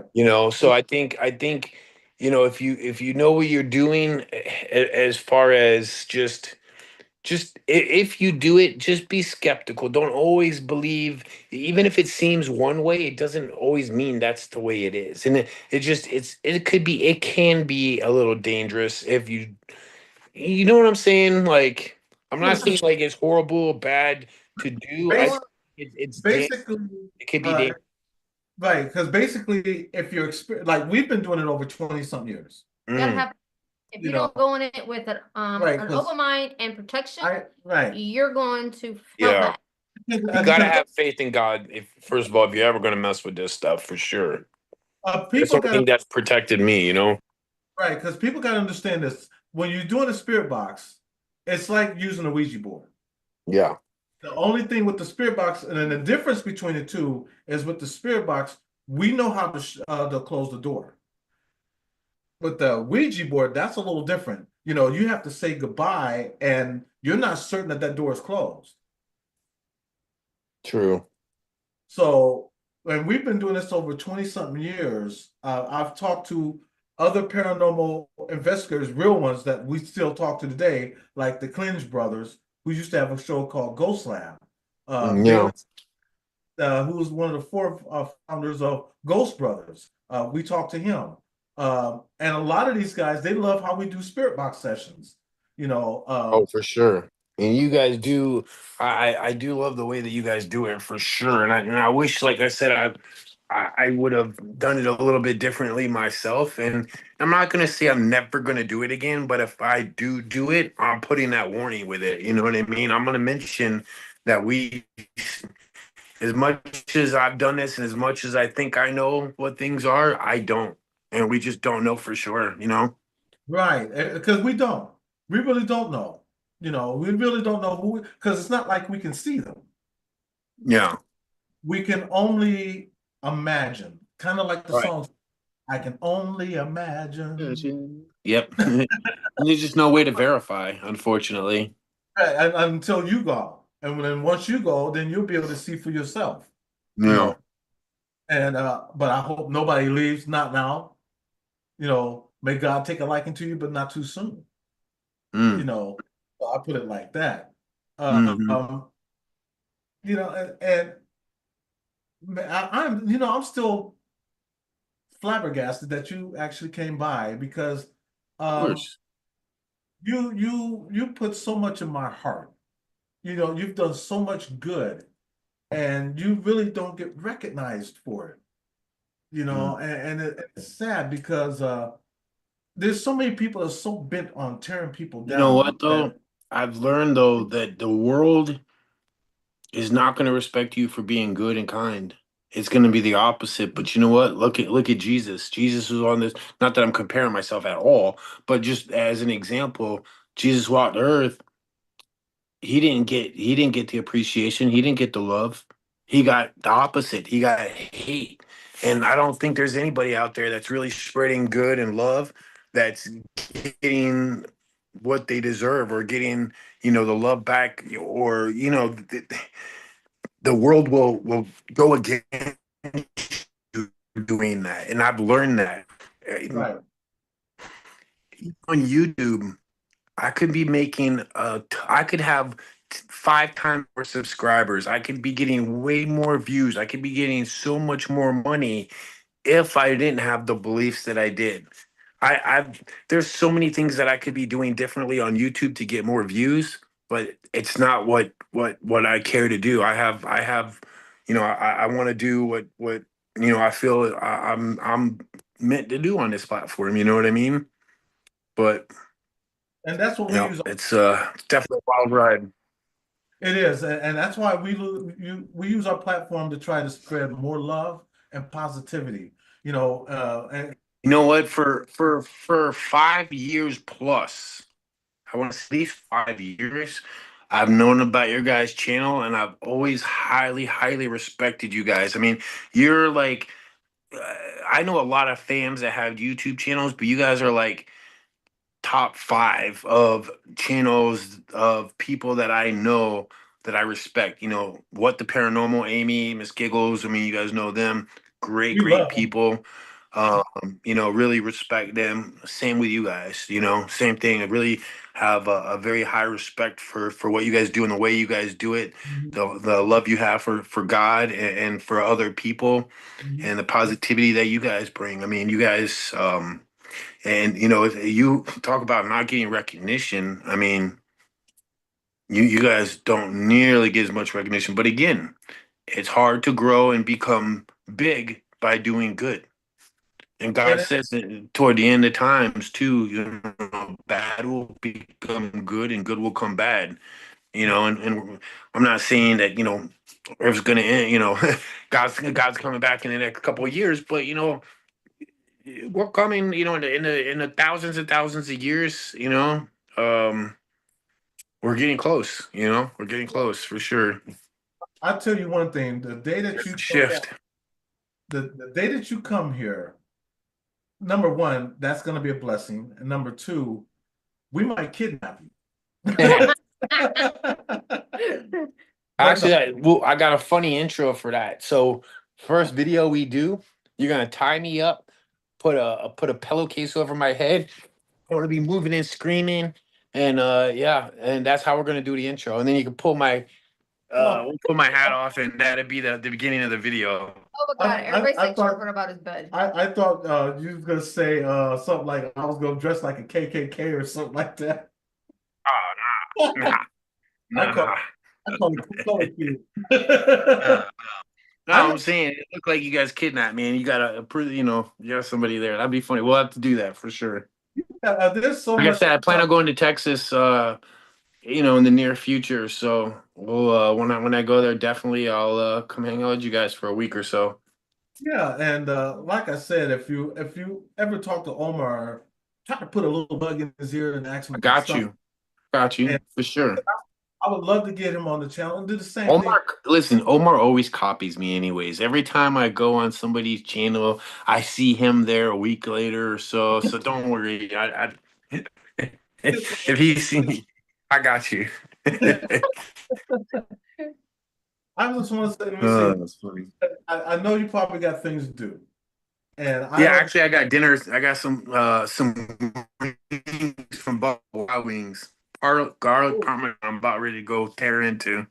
Oh, wow. Hey, anybody got any questions they want to ask James before we let him go? Because he's gonna make me want some of his wings. You know how black people love chicken. Oh God. Oh, I tell you, I'm saying, I do too. But we'll have to do this again in the next couple of months. You know, maybe we could do this every few months or so. You know, every quarter we'll do this. Like, I'm down. That would be You know, like that. anytime, let me know. You just let me know. I'm down. I always, I may not be able to say I can always do something at this time or that time, but I always have time. I can You're always make time. You know what that, I mean? that's what I was gonna say. You're always busy. So I'll Yeah. let you tell I'm me. busy, but I can always make time. You make no matter how busy you are, you make time for people that you care about, or people that or things you want to do. Why are people wanting to see what's on my bed? I Not mean, your bed, his bed. oh, his bed. Oh, They're Oh, tripping out about the girly bed. it's my oh. sister. I'm staying in my sister's room in her bed. People want to see your bed. They're like What? the princess Y'all got a bed. bed? Yes, Better? I got a bed right. yes. It's like a way to connect. It's a little messy. I've kind of made it. It's, It's all good. uh, little messy in here, but that's a little. That's the bed. That's a little. God, they're like Barbie, Barbie. Barbie, Barbie, Yeah. No, that's it. Barbie. That's a cute room though. That is Yeah, almost vanity. yeah. This whole house is like gorgeous. Actually, hold on. I'm gonna. I'm gonna. Give me one second. I'm gonna walk outside real quick for a second, and I'll Okay. show you. Actually, yeah. Now that's Super. that in Florida? Um. Yep. Yep. Oh, awesome. That's a nice. That's a Actually, I'm gonna wait. I forgot there's people downstairs. Like they might not want to be on camera. But that's no, it was good talking to you guys, and let's definitely do it again for sure. Somebody asked, A. Marie said, James, what's the scariest place you've ever been to? And then I'm gonna talk to you about a video also that you did a few years back. Scariest is probably the prison video that I did. The very first prison video. One of the first haunted explorers me no more did is a woman's abandoned prison in Fort Lauderdale, and it either that one or the hospital down in Miami that I almost died at. One of those two for sure. But there's been a lot of scary videos. I mean, there's been so many. Right. But those are probably the two most. Now, there was one video that you did that I wish I was gonna go back and look at it again because I've watched it like 7 or 8 times, that same video. And did you ever see the one where there was a shadow person that was actually walking and he had stopped and then he No, would but at the creepily walk? hospital. And yeah, like, and you was like right there in front of him. And that tripped me out. You don't the one at the hospital. The one at the abandoned hospital, right? The one that I was on yeah, that man, that was like on the news and stuff and all that stuff. Yeah. Yeah, that Mhm. place is crazy. That's the one that I almost died at too. I went there like 3 or 4 times. That's when I almost fell in the hole on the roof and died. And some other kid had died there a few years ago, and then they ended up tearing it down finally. Wow. Yeah. Stacey Same White, place that Sam and Kobe filmed at with the Ireland boys and they got arrested. yeah, they got arrested. Yeah, same place. Yep. We seen their mugshot, man. Stupid. Uh, Stacy White, the She's talking fam. about you. Yeah, Stacy White, I gave you a wrench because I know your special needs. So anytime I see someone in here that's special needs, and I know they're special needs, I give you a wrench automatic. And Oh, that's Bailey, cool. Yeah, yeah. yeah, because there's another one that's in here, Bailey, and as soon as I find her again, Bailey, as soon as you come up again, I'm gonna give you a wrench Okay. too. Is that Bailey right there? Oh, there it is. Videos Bella made. Okay. I got you, Bailey. That's your new channel, Bailey? Yeah, she has 2 or 3. Three. That's her third channel. Bailey, you keep it up. You ain't gonna be able to monetize all them channels. You ain't gonna be able to know what you're doing. Mhm, But James, I want to thank you mhm. so Maybe much. they just changed the name. You never know. That's true. Hmm? I thank you so much from the bottom of my heart. Worse. Hey, it's my pleasure. And everybody in the chat, let's give it up for James because James came out of his busy schedule to come by to see us. Just got back from the hospital about an hour before I seen you.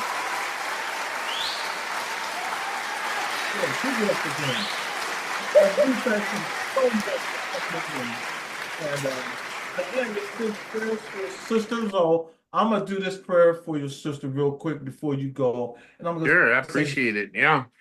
yeah, dear Father in heaven, first of all, thank you so much for everyone for coming in to the chat. Thank you for letting us talk to James. And please, Lord, watch over his sister because we know that you are so merciful and we love you. And she needs you right now, Lord.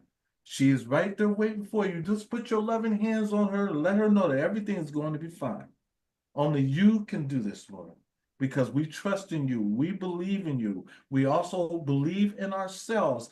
Through you, Lord, all things are possible. We know that you can do this. We know that you got this. And I believe that. And I thank you so much, Lord. Thank you so much. In Jesus' name I pray. Amen. Thank you for that. I appreciate it. We thank you, sir, for coming Yep. on. I'm so glad I met the boys. I know. Definitely can't wait to meet them in person. They're gonna talk about you all night. They're gonna, yeah, you're all week thing. Yeah. So That's awesome. he pretends like he's you already. So Yeah. he That's goes so cool. like he's out filming like James and Fan. So you're a household name, just like That's awesome. Honor Trucking is a household name in here. You let them know that when I come there, him and I are going to film a video. Just him and I. It'd be just our own video for his channel. And he would like that. He will. He would like that. For sure. And plus, we're gonna feed the heck out because my wife is a good cook. I'll tell you that right now. Heck yeah, I'm down. I got Let's do hooked. it. Believe me. I believe you.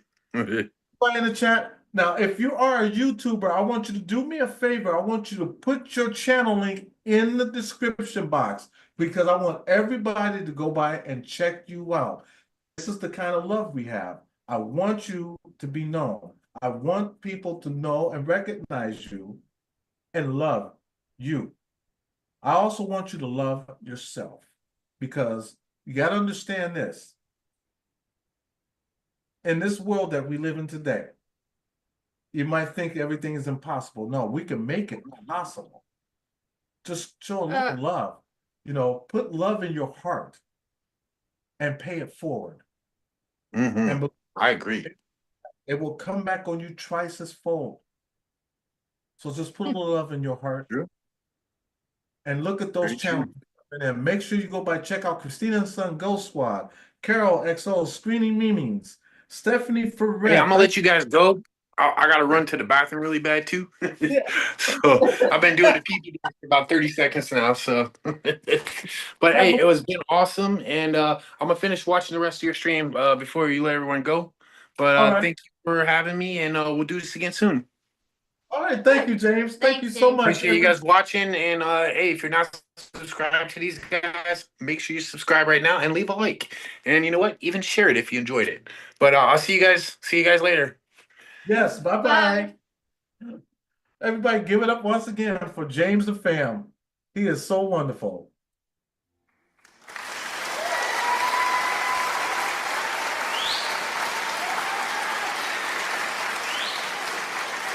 And we are so thank you all so much for coming in. And like I said, your links will be there. And we want everybody to check out everybody because that's what God's love is. You know, each one help one. So we love you guys. We love you all. We thank you all so much for being here. Make sure you check out our videos also. If you're new to the channel, make sure you hit that subscribe button. We love to have you as part of our family. We really do. And that subscribe button is free. So come by and check us out. And make sure you go by and check out James and Fam. So now we're doing an open panel now. You know what, Boomer? We can do an open panel. So if you guys want to continue the conversation, we can. So I'm going to send Boomer a link and we can continue this conversation. Give me a second here. I'm going to send it to your Twitter, Boomer. And Christina, I'm going to send you one too. Send to everyone. And let's see who else. There's Boomer. Oops. Try that again. Okay, there's Boomer and backspace. Oh, wait a minute. Now, Christina, I think I need to send No, hers. Okay, Christina, I sent you a link Messenger. no, this is on Oh, Twitter. oh, she. So, oh, wait a minute, she don't have Twitter, do you? So, you know what? I'm gonna have to go to her messenger. So, get off of that. Yeah, and she got rid of her. So, that's okay. I'm gonna send it right to your messenger. So, and that's if you want to come up. If you don't want to, fine, be like that. Well, that's not messenger. I figured we'd give him something to watch while he's in the bathroom. They're Yeah, funny. and that way we can give James something or someone to watch. No, that's not messenger. Ooh, I'm going the wrong thing already. And there she is right there. Okay. There we go. And Christina, I sent you one on Messenger. Now, did y'all want to do a spirit box tonight? I'm just curious. If y'all want to, I can do one. If you don't want to, I won't. Fallen Angel, would you like to come up also? Anne Marie says she wants to. You gotta do it on her Twitter though. A Marie, she said she wanted to. Okay, let me go to Twitter. Oops, that's not Twitter. That's not Twitter. Here we go. Go back over here. Christina, like, how come I gotta use that ladies? Because you're a lady. That's why. Does it make my butt look big? Okay, so Marie, Marie, I sent you one on Twitter. Regina, she wants to come up. Have a good night, Stephanie. Stephanie, have a good night. Stay blessed, and thank you for coming in. Let's give it up for Stephanie Ferret, everybody.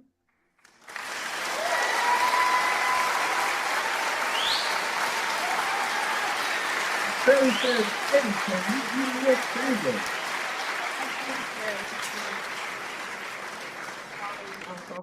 Had a stroke. Oh, your father's girlfriend had a stroke?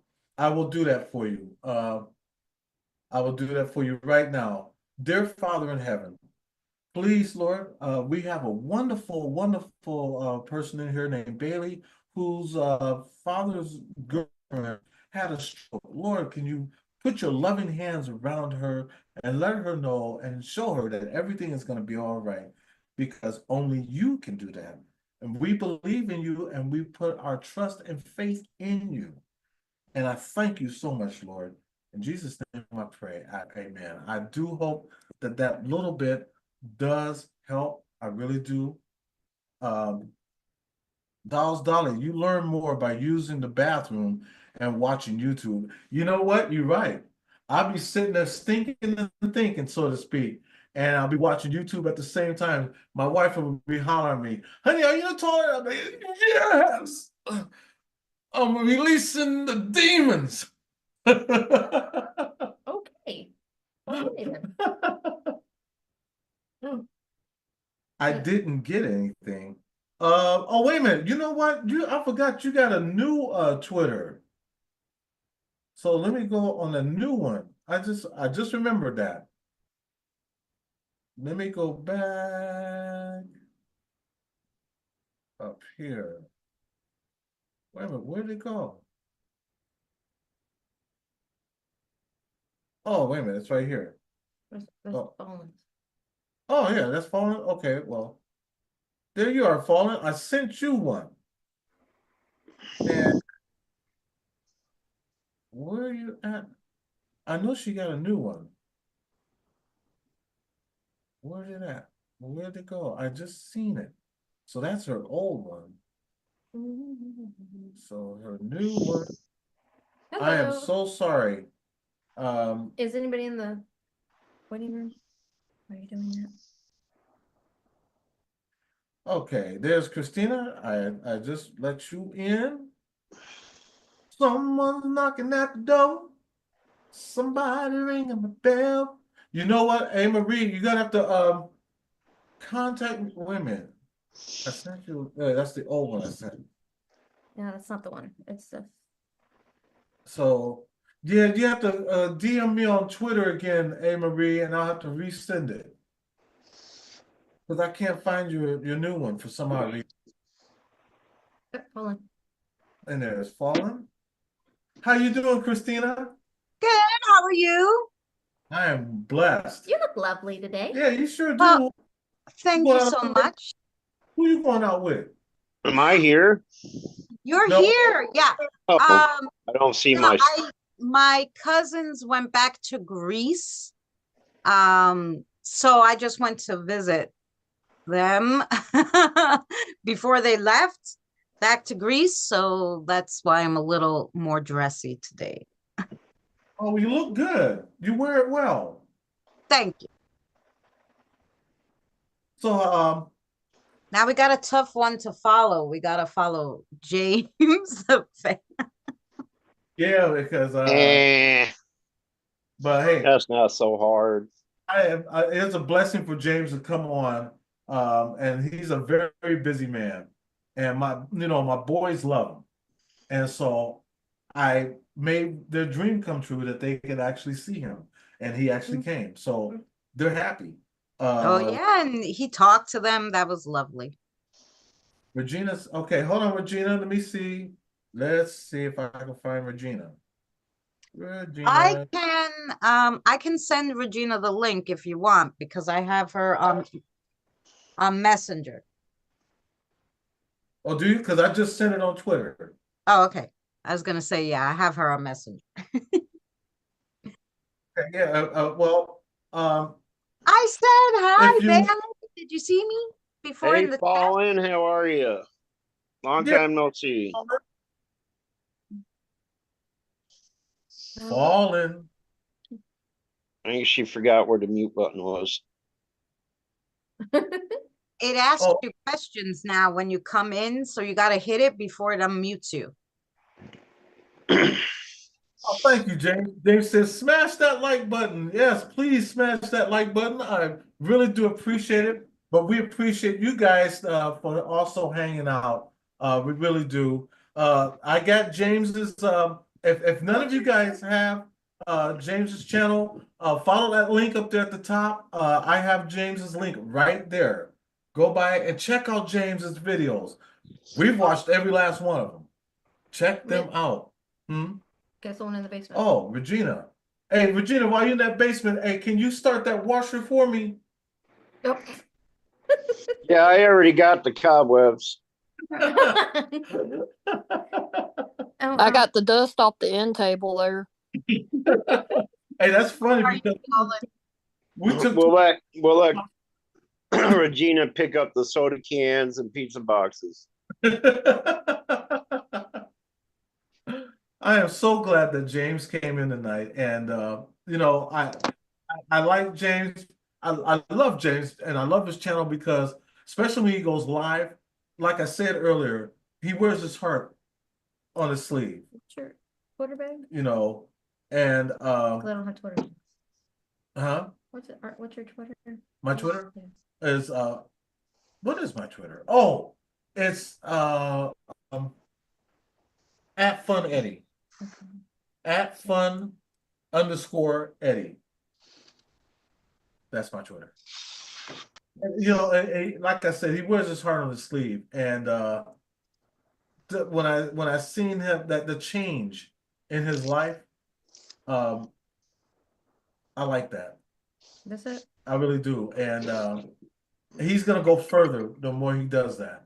You know, when he touches other YouTubers, no, it's You're like right. this. I hope they're all over 18. Hey, they will be, believe me. Messing with you, James. I'm messing with you. Don't go touching anybody. You know, I met James. I did a video with James.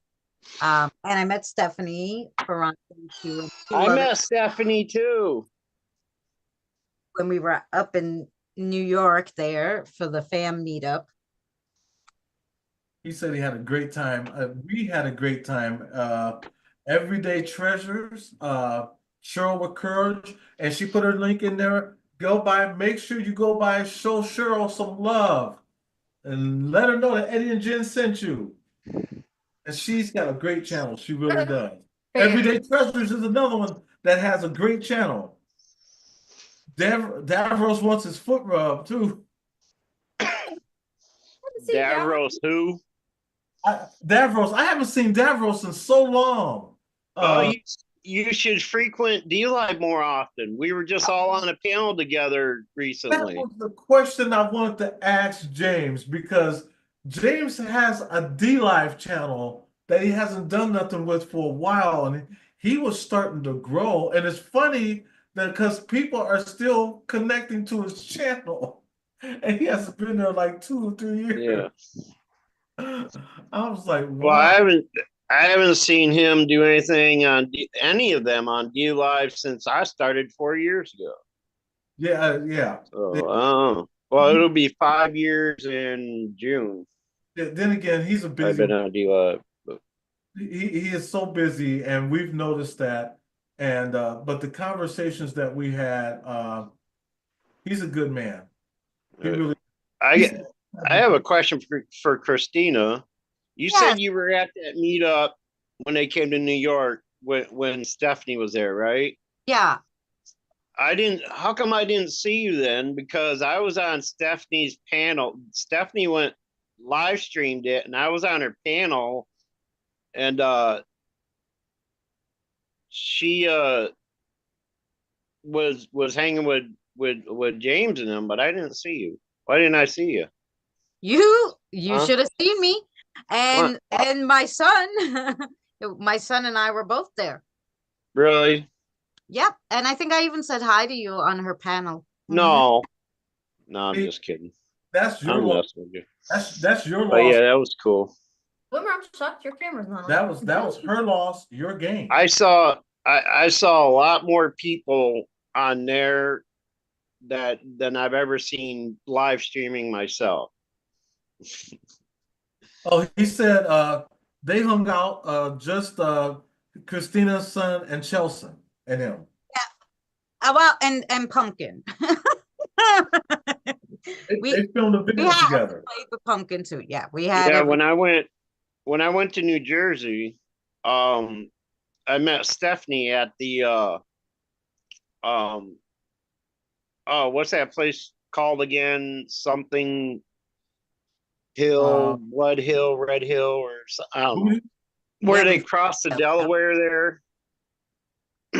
But yeah, Stephanie and her dad drove out there to meet me there. So that was cool.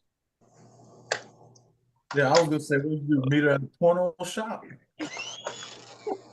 No, I'm joking, man. James said, "Oh yeah, and it was cold as F." I believe it. See, yeah, he came like the coldest day of the year almost. It was like the middle of February or something, wasn't it? Oh, it's pending? Mm-hmm. Okay. Let me go. Yeah, we're waiting. That's the last thing I do is do an outside meetup in the middle of friggin' winter. Hell with that. Hi, guys.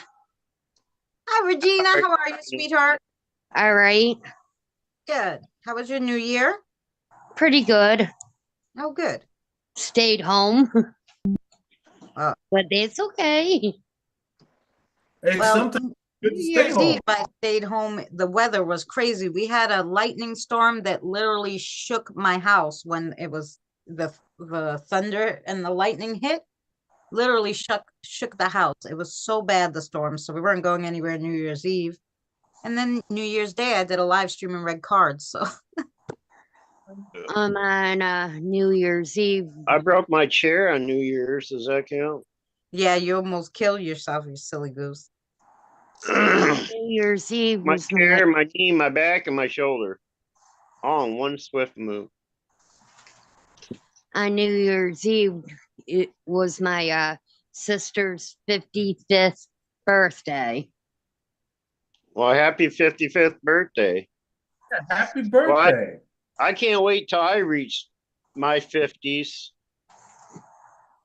You are in your 50s. Shut up, Regina. Wow, nobody can just play along. I'm in my 50s. I'm not even going to say how old Eddie is. In his 60s. I'm old as dirt. Don't let that black mustache and goatee fool you. Sure don't. I painted. I am not gonna lie. I painted this because I don't need to be reminded that I'm almost 65 years old. I don't need to be reminded. Oh man. I always, if all this time, I always thought Eddie was just a little younger than me. I would never imagine he was that old. Yeah. Boomer, I'm not used to you without camera. Huh? I'm not used to you without a camera.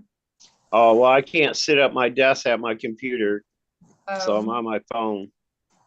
Oh, laying in bed. I guess I'm the youngin' on the panel. You are fallen angel. You're the youngest one.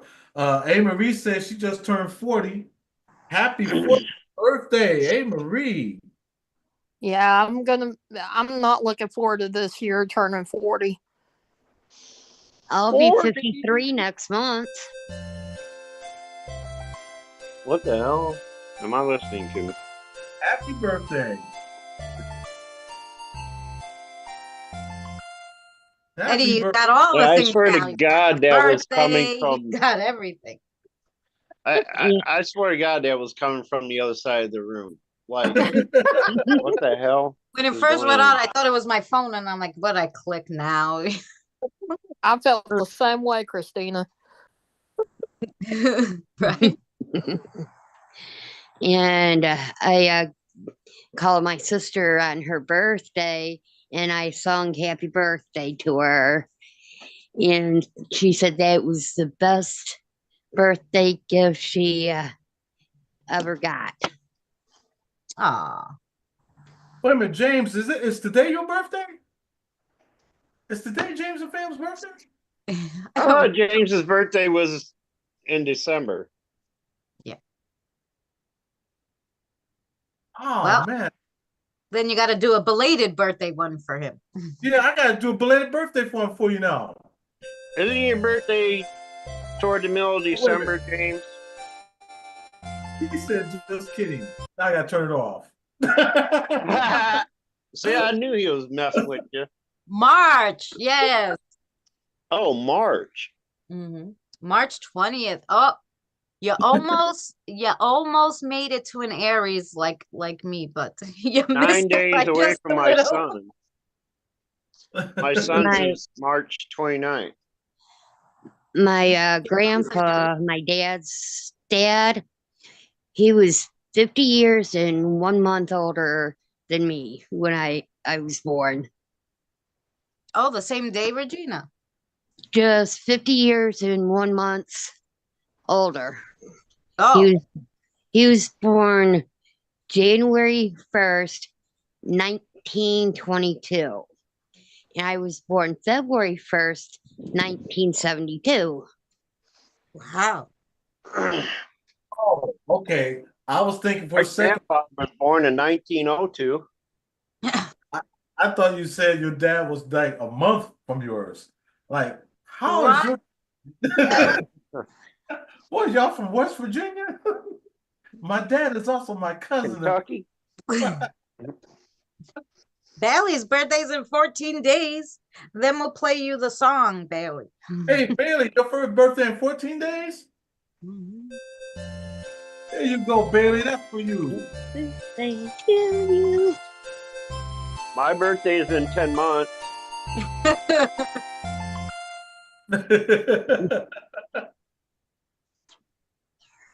Jason Finch says, good evening to everyone in the chat. Everyday Treasure said, my daughter and I have birthdays 20 minutes apart. That's interesting. Now that's some Kentucky shit right Hello there. again, Jason. No. Don't say. My my Those- dad was. Go ahead. Those dollars said I shared my birthday with my sister on February 19th. Now that's pretty common. Oh, it's not common when you have the same birthdays. My mom, her birthday is February 9th, and I was 8 days early before her 21st birthday. Wow. Ventures with Beth said mine is around boomers. LOL. Who? What? Adventures with Beth, she said her birthday is around the same as yours. Oh yeah. We used to celebrate our birthday together on live streams.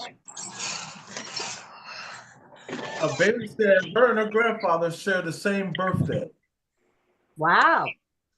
Manny is my birthday gift from Jen. Even though my birthday is July 15th, Manny's birthday is 15 days after mine, July 30th.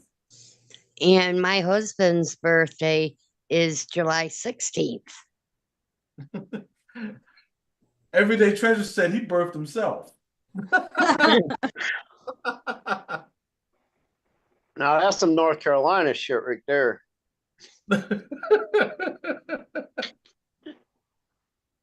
And my dad, he was from Kentucky, and my mom. That laugh late. That was My a bit late, wasn't it? That sure was. my dad was from Kentucky, and my mom was from Michigan. Is that a soundboard you have, or is that a program on a computer? Is that did you buy a soundboard, or is that a program on a computer? I've already had it programmed. Oh, okay. You gotta send me a link to that one because the program I used to use that is not available anymore. Brenda Hall says, hello all. My little brother was born on the 16th Hey, Brenda. birthday. On my 16th birthday. Wow, you were 16 years old when you had, wait a minute, my little brother. Okay, you were 16 years old when your brother was born. That's still a good amount of heart. So now we know who the big sister is. Hey, don't let me bore you. Somebody was yawning. Don't let me bore you. 3 generations, Dolly. Wow, that's amazing. Wow, that is amazing. 3 generations. Chief said my birthday is when I win at bingo. Chief, I think that's everybody's birthday. where's my Bannock? When they win. I only won at bingo once, and my mother used to take me all the time. She loved going to church bingo, and we went to supermarket bingo, and everybody made these gorgeous baskets, and they had like pasta in it or kitchen stuff, and I win a basket of toilet paper, and I was like, really? That's funny right there. I don't care who you are. That's funny. Like it was all toilet paper, paper towels. What was it? And I was like, really? Bitch, you stop raising your hand after that. When you strike it, you got it. You're like, nah, never mind.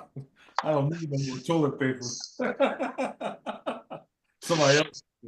Here, you want to call bingo? Let's switch. Yeah, right. And then they hit the money. Yeah. See, that was a premonition of theirs. They knew COVID was coming, and they expected you to hang on to those paper products because For 15 years. out eventually. You know. Yeah, do you remember that? People was going to the store, they were cleaning the store out of toilet paper and paper towels. Yeah. Toilet paper, paper towels, handy wipes, baby wipes, anything. Like shelves were bare for like 2 months. Everyday Like, church. hi. It's like Why? My son actually, see this, my sister gave it to him. It was my mother's. And what did she have? A bingo chip taped to the top. My son's like, show, it's Nana's and it has the bingo chip. I'm like, okay. Yeah, she decorated it, my mother, and she died now. Oh It God. looks like one of those old cocoa cans. Yeah, but she made, look, she drew the elephants. She's dead now since Or 2012, is it- passed away. Well, you have my condolences. Everyday Treasure Share, wife and I are about to have our first fight. You still doing prayers? Everyday treasure. Yeah, you don't get locked out the house.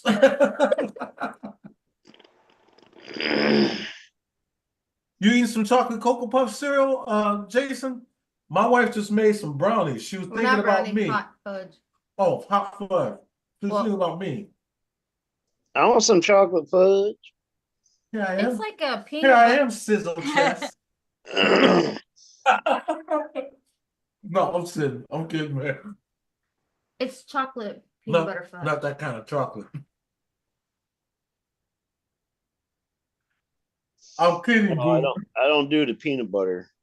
I don't do the chocolate either. I mean, it's I don't, that's all right. We'll split it. You can have the peanut butter part, and I'll have chocolate part. We're good to go. That's right. I hear you. Dawes Dolly said, my son's school asked me how I knew that they were going to shut down the schools during COVID. And I just smiled and waved and said, the conversation was over. Uh,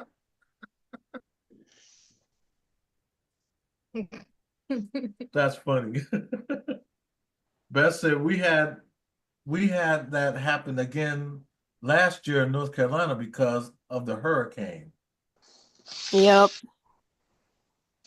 Yeah. North Yeah, Carolina hurricane. my store got ransacked like when the storm hit our area. We Mhm. were one of 3 stores that were actually open, and everybody in the county was in here. And it totally emptied out our store. Oh, You're in North Carolina? Yeah, with Hurricane Helene. Well, I thought you were up near Oregon way. Nope, Oh, not a no. bit. I'm over by the mountains. You probably took offense to my North Carolina comment then, huh? Nah. I was saying it mostly for Beth's benefit because I know she's from North Carolina too. Yeah, I was gonna say Beth is from North Carolina. Yep. Beth, Lit Hot Tamara. There was one other. I can't remember who it was. Oh, RC Arts. They're all from North Carolina. My daughter couldn't take it in North Carolina. She went to North Carolina. They gave her a pink gun because that's all legal over there, obviously. And they gave her a pink gun, and the neighbors were crazy, and so the neighbor would shoot the gun. And one day, I don't know, he tried to shoot her dog, and she went out there with the pink gun, and she, I'll shoot you. Uh, She just hated that place, and then uh, she called me one day, and she's like, okay, I'm in the Family Dollar, and the lady told me, she goes, where the toilet paper is, and I still don't understand. Can you help me? I'm like, yeah, okay, what'd she say? She said, go down yonder past the buggies. So start with that. What does that mean? I'm like, walk down the aisle past the shopping carts. And she was like, oh. But the way they talk, and she's from you New never York, heard but of even bug I knew that. before? But she was like, I don't know what they're saying. You never heard them called buggies before? I did. My daughter didn't. Oh. I knew they were either like, I knew they were either the shopping carts or the baby carriages. It was one or the other. They were calling the buggies, but I assumed in the Family Dollar Oh. was the shopping carts. All I know is I spent one night in North Carolina and I couldn't wait to get back to New York. Yeah. She was there, I don't know, a few months, and she hopped a ride back. She left her boyfriend there, her dog, and she hopped a ride back with this lady who was coming. She lived in Long Island and Lindenhurst, and we were at Bayshore at the time. It was only a few towns down. She's like, no, she's like, nope, that's enough of that. Mm-mm. Yeah, if you're not used to our lingo, you could get lost very quickly. I believe that.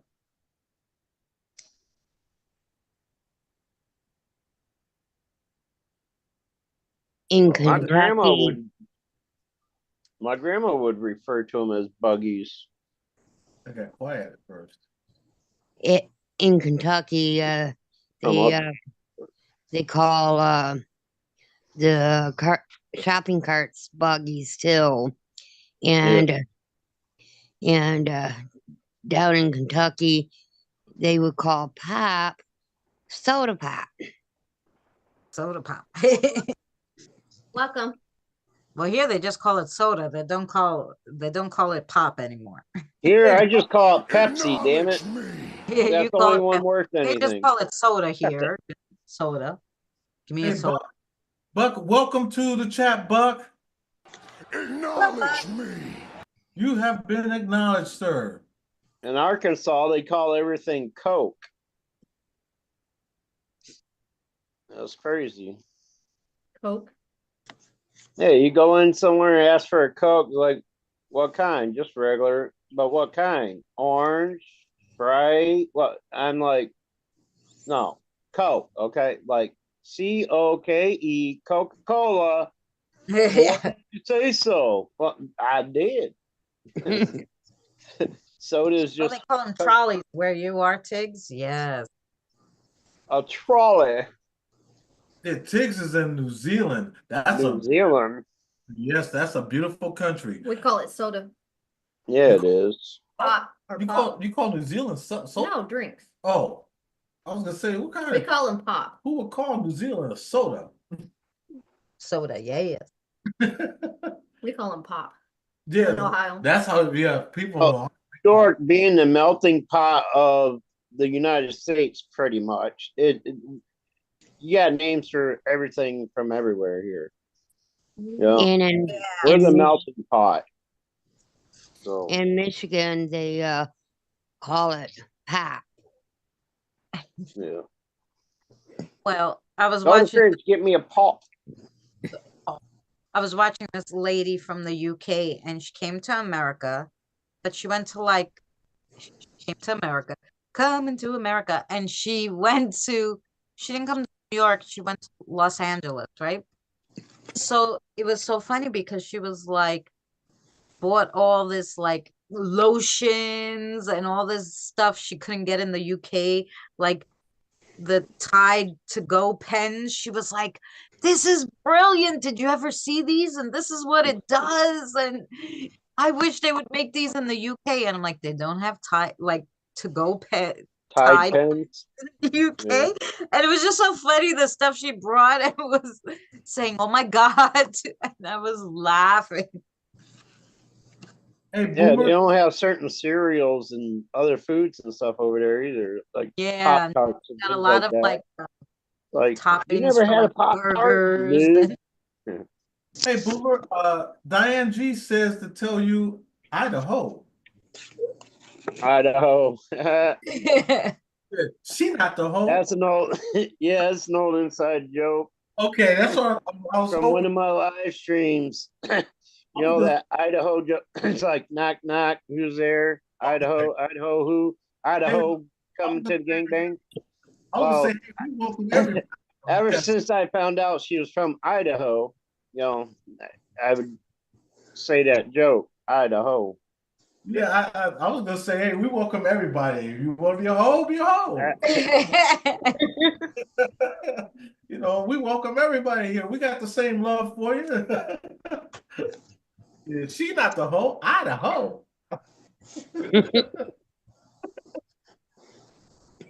That's like That's like Utah. They say, you're not big, you tall. You ain't big, you tall. You know And how my Owego got its name? How? Before everything was established here, there was a settlement there here in Owego, right? And one day this tribe rolls in, you know, and they see these settlers, and they weren't welcome, right? It's like, well, you can't drink here. You know, this isn't for Indians. You know, you're gonna have to go somewhere else. And the chief just turns to his tribe and says, "Oh, we go." And the settlers like, "That's a good name for this place." So there you have Owego, New York.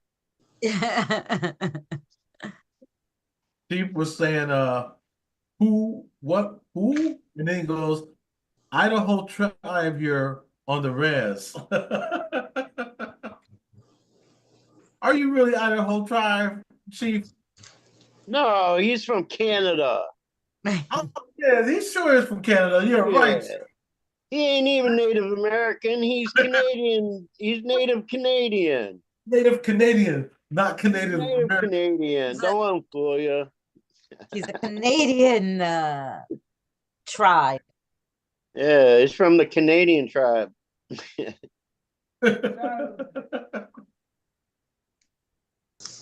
When you gonna send me some bannock?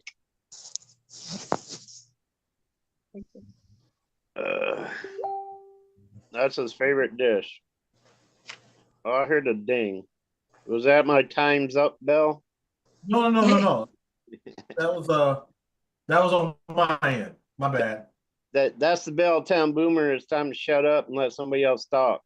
He You know, like they have on those shows. It's like everybody has like 5 minutes to say something, and then the next guy got to speak.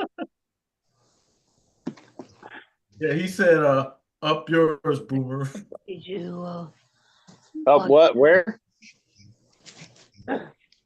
Where you been hiding, Over the Chief? rainbow.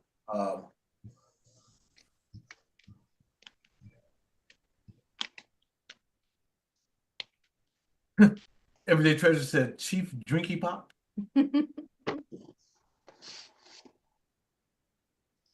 Diane says, hey now, only Boomer can tease about Idaho.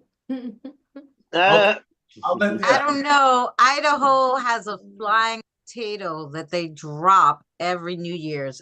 Who in the Idaho chat sound like a black person. who have you Yeah, ever Idaho. seen this?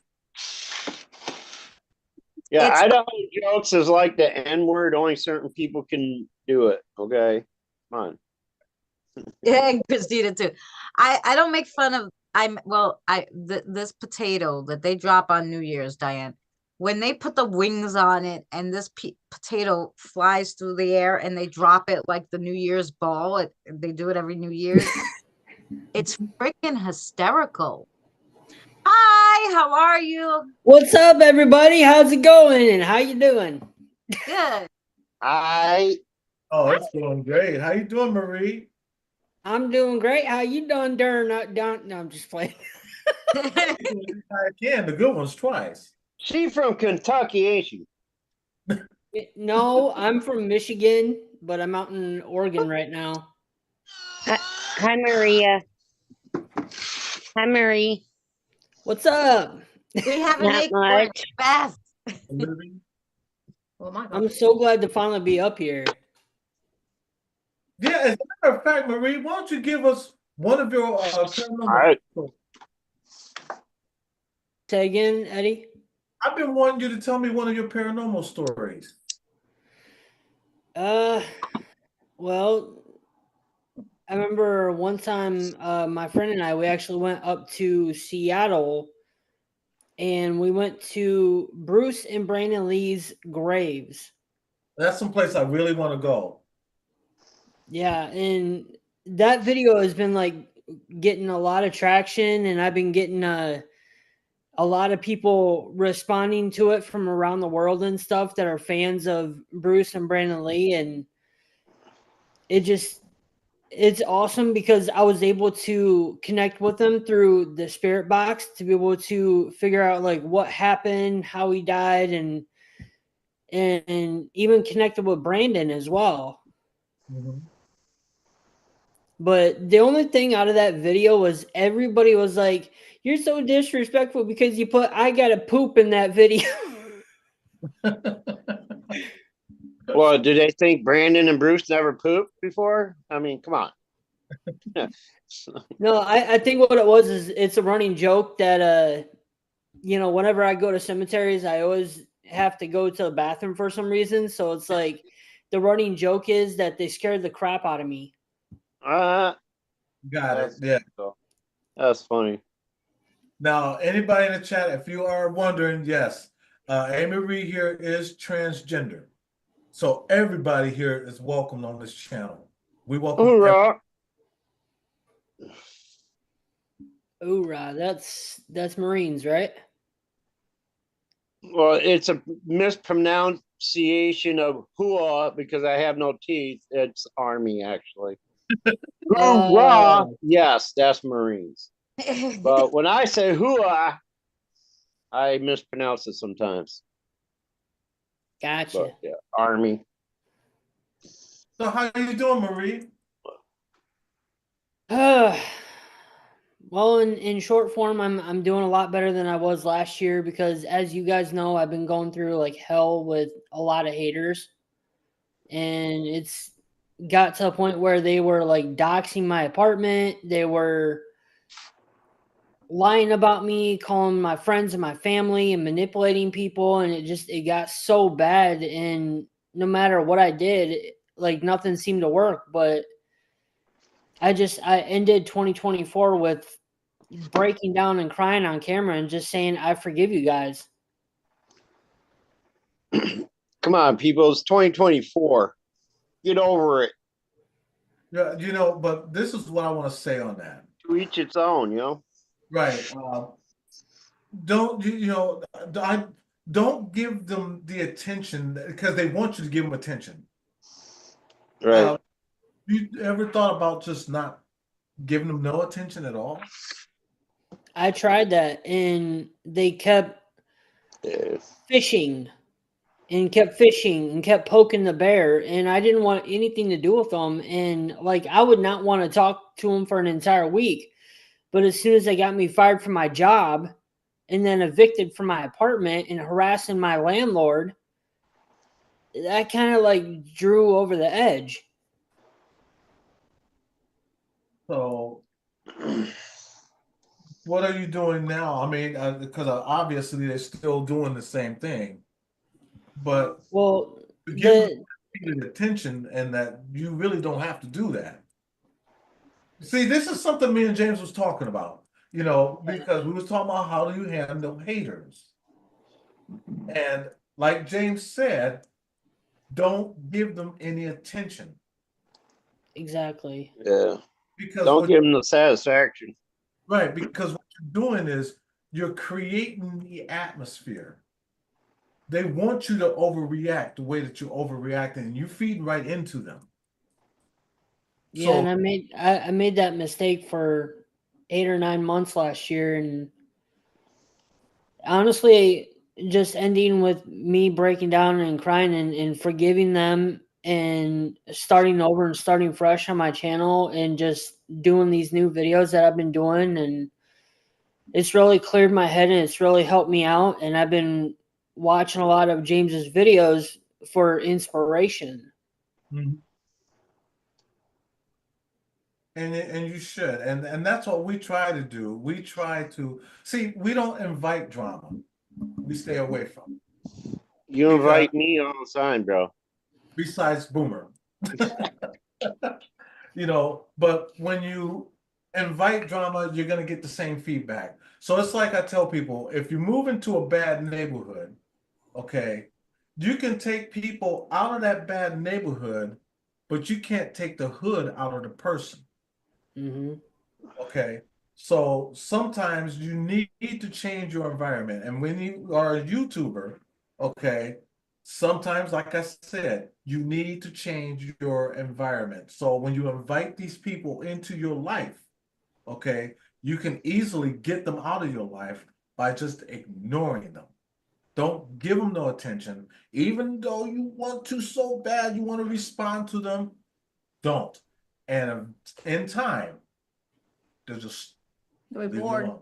They'll get bored with you because you're not responding to them. You stop doing. You Yeah. stop, Exactly. and it's gone. I guess the only thing that really had irked me was they have over 300 videos on YouTube calling me a child molester, a predator, a groomer, a scammer, a stalker, a rapist, just doing anything to ruin my reputation. And Are you? it's, huh? Are you? No. Then why feed into it? Right. True.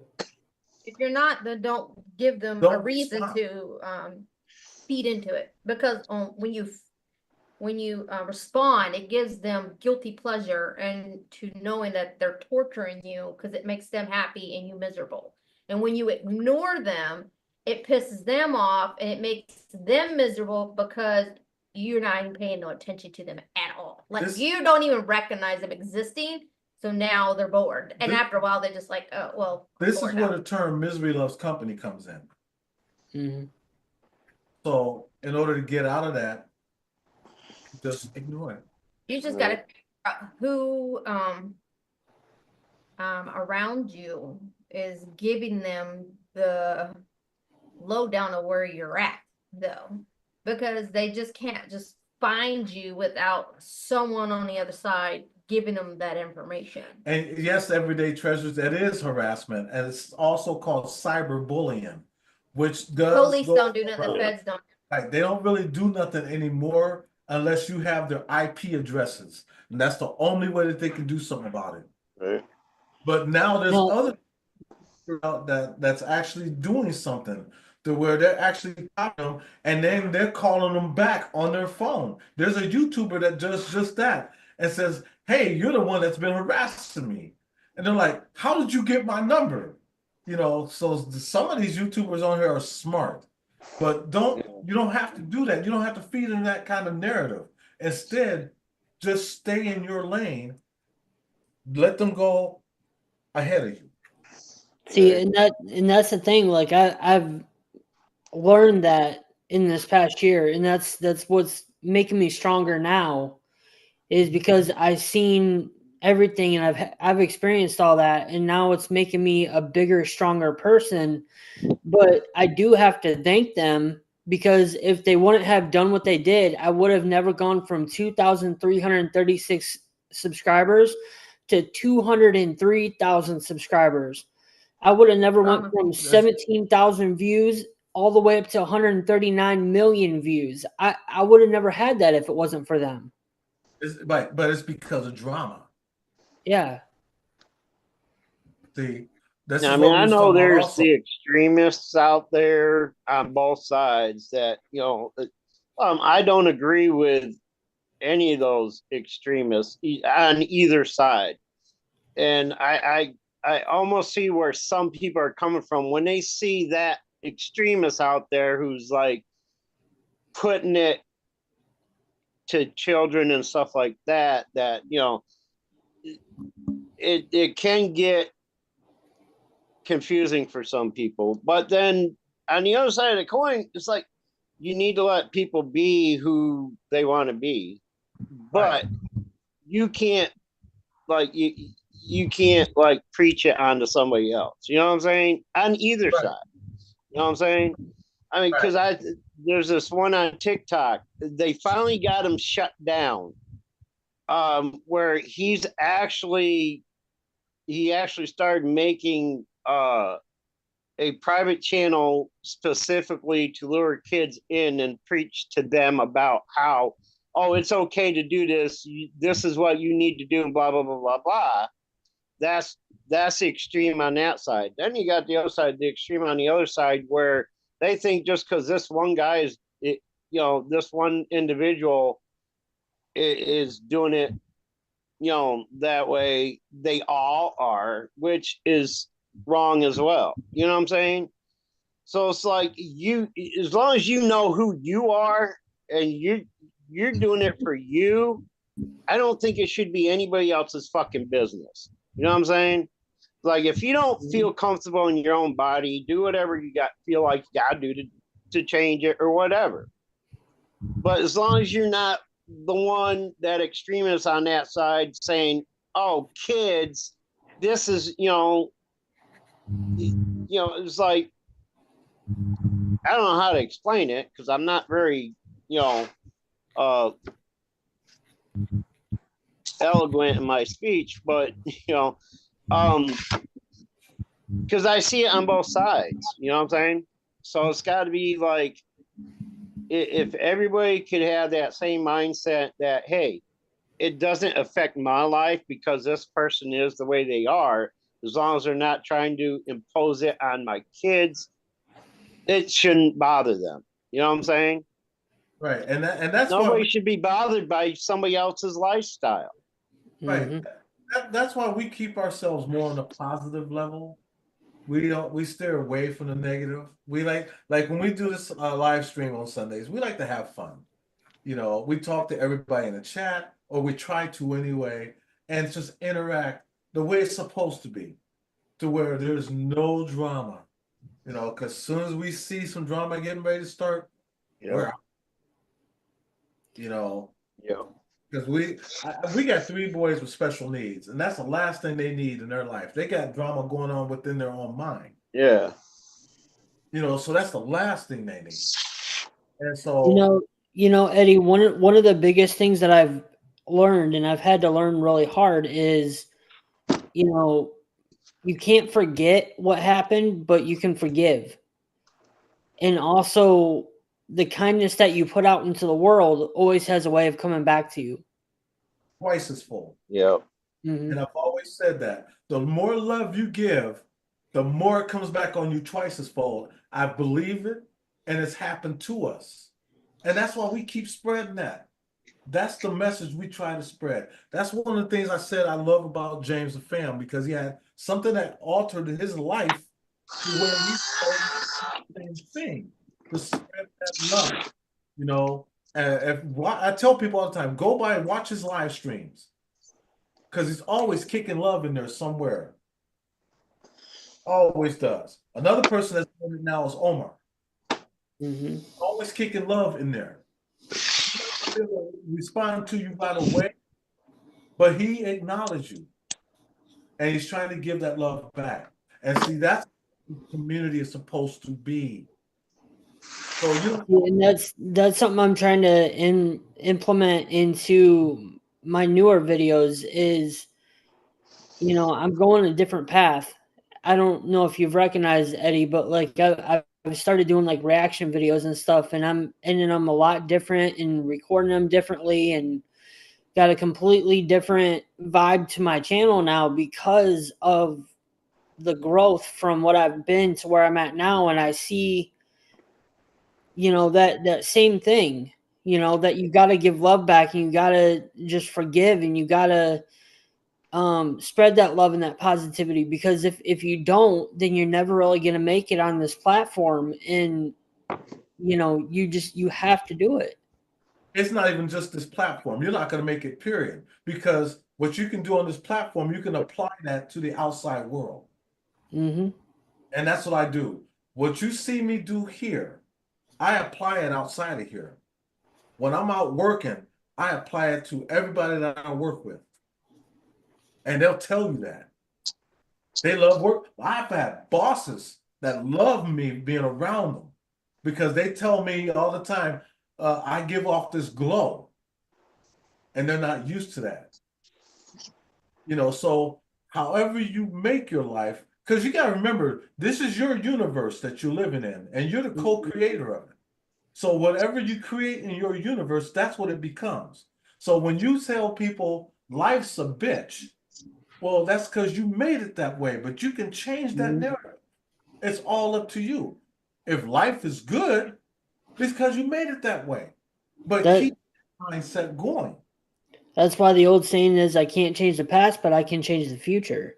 Right. You don't see, you gotta remember this. Don't make the past your future. Mhm. And that's another thing that people have a hard time applying.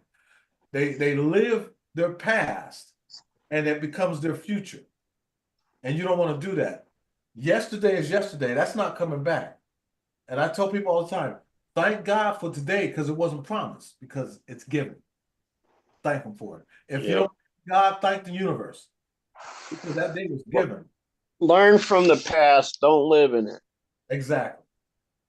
See? Yeah, see, and my preacher once told me is like, I thank God every single morning that I wake up, because it's another day that I get to live and I get to breathe and I get to do right and I get to help somebody else out. Yes. And I kind of started implementing that because, like, for instance, today I got 6 boxes that my friend who works at a food pantry hooked me up with food to stock me up, and I have like a box of stuff that I don't want. And instead of throwing it out, I called my friend and she's stopping over tomorrow and I'm giving her a box of food. Brenda Right. Hall, she said, she always says, if you can't find the light, be the light. I like that. And you can be. You can be that beacon of hope for somebody else. You can be the inspiration for the next person. That's another thing, reason why I had James up here, because he's voice. That's the why there's a irony with Eddie. Even as dark as he is, I still find him as my light. That's right. No matter how dark I am, you might only see my eyes and my teeth, but I'll still be that light. Hey, Eddie, what's the golden rule? The golden rule? Mm-hmm. Do unto others as you'd have done unto you. Twice. Mm-hmm. Yep. So if they get you once, shame on you. And that's not me quoting the Bible or anything, because I don't believe in the Bible, just saying. But Right. I do believe that, it's been proved. I believe in karma, okay?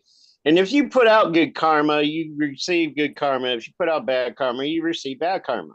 Right. That's how I see it. If you're doing good for somebody, it may or may not come back, but at least, at least you're doing good. You know what I'm saying? Let me tell you something that happened to me the other day. I'm working, okay? Now, I DoorDash, okay? I went to deliver at this house. This house, they had the Trump flags and all that stuff. Now, I'm not a political person. Yeah, I'm still waiting for my Denny's, by the way, Eddie. Oh, hey, don't hold your breath. So, so I go to deliver at the house because it was handed to me. So I go to deliver it to the house, and the guy goes, "Hey, what do you think about Trump?" And I just said, "Well, hey, congratulations." Mm. Were you not mad about it? I was like, "Why would I be mad?" And he was like, "Well, everybody else got this, that, and other." I said, "You know what? People have a right to their opinion, but Mm-hmm. I don't have an opinion to give. The only thing I have to give you, sir, is your order." Mm-hmm. And so I've gotten people, I guess people take things the wrong way because they're they're glad that their constituent did this, that, and the other, and that they don't do nothing for me. They don't take care of my family. I got to take care of my family. Right. Whatever your political views are, that's cool. If you voted for Trump, hey, God bless you. Congratulations. If you voted for, what's her name, Kamala Harris, congratulations. If you voted for Robert F. Kennedy Jr., congratulations. I don't care. I still love you as a person. Just because you voted for them, it doesn't matter to me. What matters to me is the love and kindness that I get in return. That's it. You know, Eddie, and one of the things that my friends inspired me with, they left me this card, and it says, "When no one else believed in you, you did." That's a good card. And then Brenda, she put in a hashtag love is the answer. That's one of my favorite songs by England Dan and John Ford Coley, even though it's actually written by what was his name? Todd Rundgren. Todd Rundgren actually wrote the song. And my favorite verse in there, light of the world, shine on me. Love is the answer. Shine on us all, set us free. Love is the answer. And what I love about the song is the fact that they don't mention nothing about Christ in the song. They don't mention nothing about Jesus, just light of the Right. world. Yep. And so that's one of my favorite songs to this day. You know, so if you're not a Christian, you can still love that song because there's nothing Yep. about the song. I was bullied for 9 years from 1977 up until 86. I'm sorry. And I didn't let it bother me at all. Instead, it picks you up.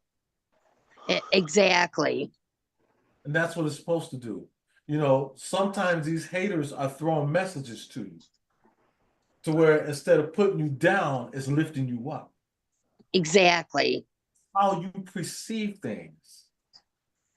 You know, because some people perceive things in a different light. Right. You know, so when I've had haters come to us, we took it off to the right instead of going off to the left. Right. Because my boys they were bullied half their life in school.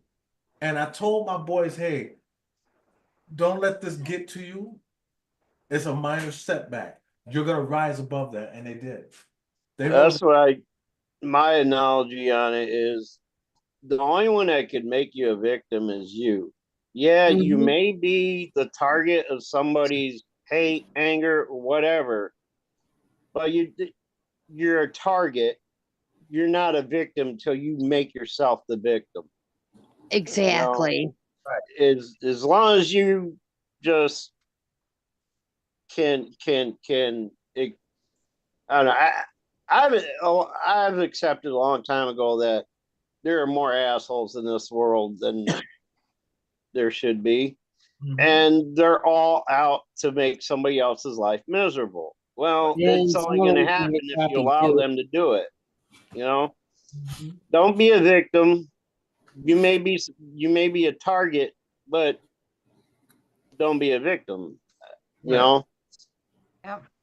Instead, I gave up a long time ago caring what people thought. I mean, even my family, you know, ever since like I got stronger in my spirituality, they just started thinking I'm crazy. Like, you know, so after you have a spiritual awakening or a change in your beliefs, all of a sudden you're freaking crazy and like just think I'm nuts. Like they don't even barely talk to me anymore. I'm like, well, your loss, not mine.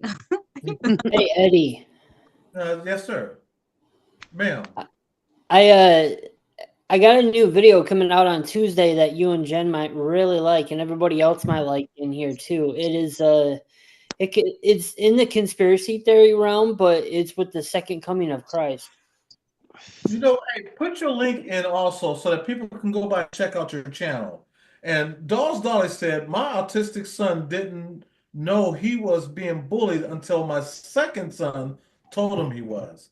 See, my boys was the same way. They didn't know they were being bullied. They thought it was all, you know, shit. Okay. And so, like with Cody one day, Cody come home and asked us the question that he would normally never even ask. And so that's when we knew something was going on with him. And then Tony, he had kids outside making him pull his pants down and walk around outside. Jeez. That's wrong. And so when we had to tell them that, at first they didn't understand. And now they understand. And sometimes they shy away from people. To this day, they still shy away from people. Right. Now they understand the embarrassment. And at first they didn't. See, with the boys, you have to go hand over hand with them on a lot of stuff because you can talk to them till you're blue in the face. They still don't know what you're talking about. There you go. I just shared it, Eddie. Yeah, thank you. That way, hey, everybody out there, if you don't have A Marie's channel. Go by, check out his channel. And I'm gonna tell you something. She does some great videos. She really does. You do some great cinematography work. Yeah, she's a Thank rapper. you. You know, plus she's a rapper. Do you do your own music? Yep. Okay, so I'm not the only one. So that's another plus. So that's great. So yeah, go But by. well, 100% of my music is all me. Like I don't cover anybody. I don't copy anybody. It's a lot of times I make my own instrumentals too. That's it. Well, 90% of my music is me. The other is from art platform that I use. Now I could go around going, "Hi kids, do you like violence? Do you want to see me stick 9-inch nails through each one of my eyelids?" Chicka chicka slim. No, I'd never do that though. But Everyday Treasures want to know, do you freestyle? I think she does. You did some freestyles, didn't you? Yep. I think he wants to see if you can freestyle now. Weren't you were on what's that America's Got Talent. American Got Talent? That's what it was. Yeah, I was on season 9 and 10. Oh, for real? No, I just said it for the heck of it. Yeah. This is the first person I ever met that was actually on America's Got Talent. Everybody else I just see like, on YouTube or whatever. But I was also on the set of Fast and Furious 7. I was on the set of the Offspring's music video for Huntington Beach. I also was what is it? I met Nicolas Cage and I got to walk with Ariana Grande.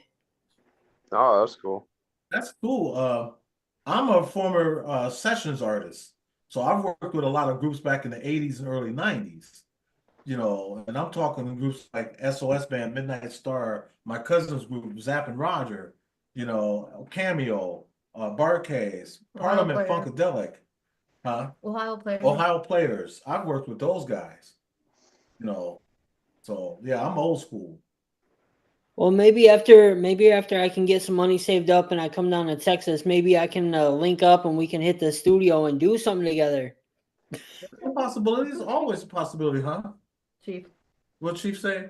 I was on res because he's an Indian reservation, and got talent. Oh, Rez got talent, so I showed them my feet. God, Love Chief. Chief Armor Bull crazy. They weren't hairy feet, were they? They probably were. my daughter, I remember my daughter went and she, I don't know, got through to the second.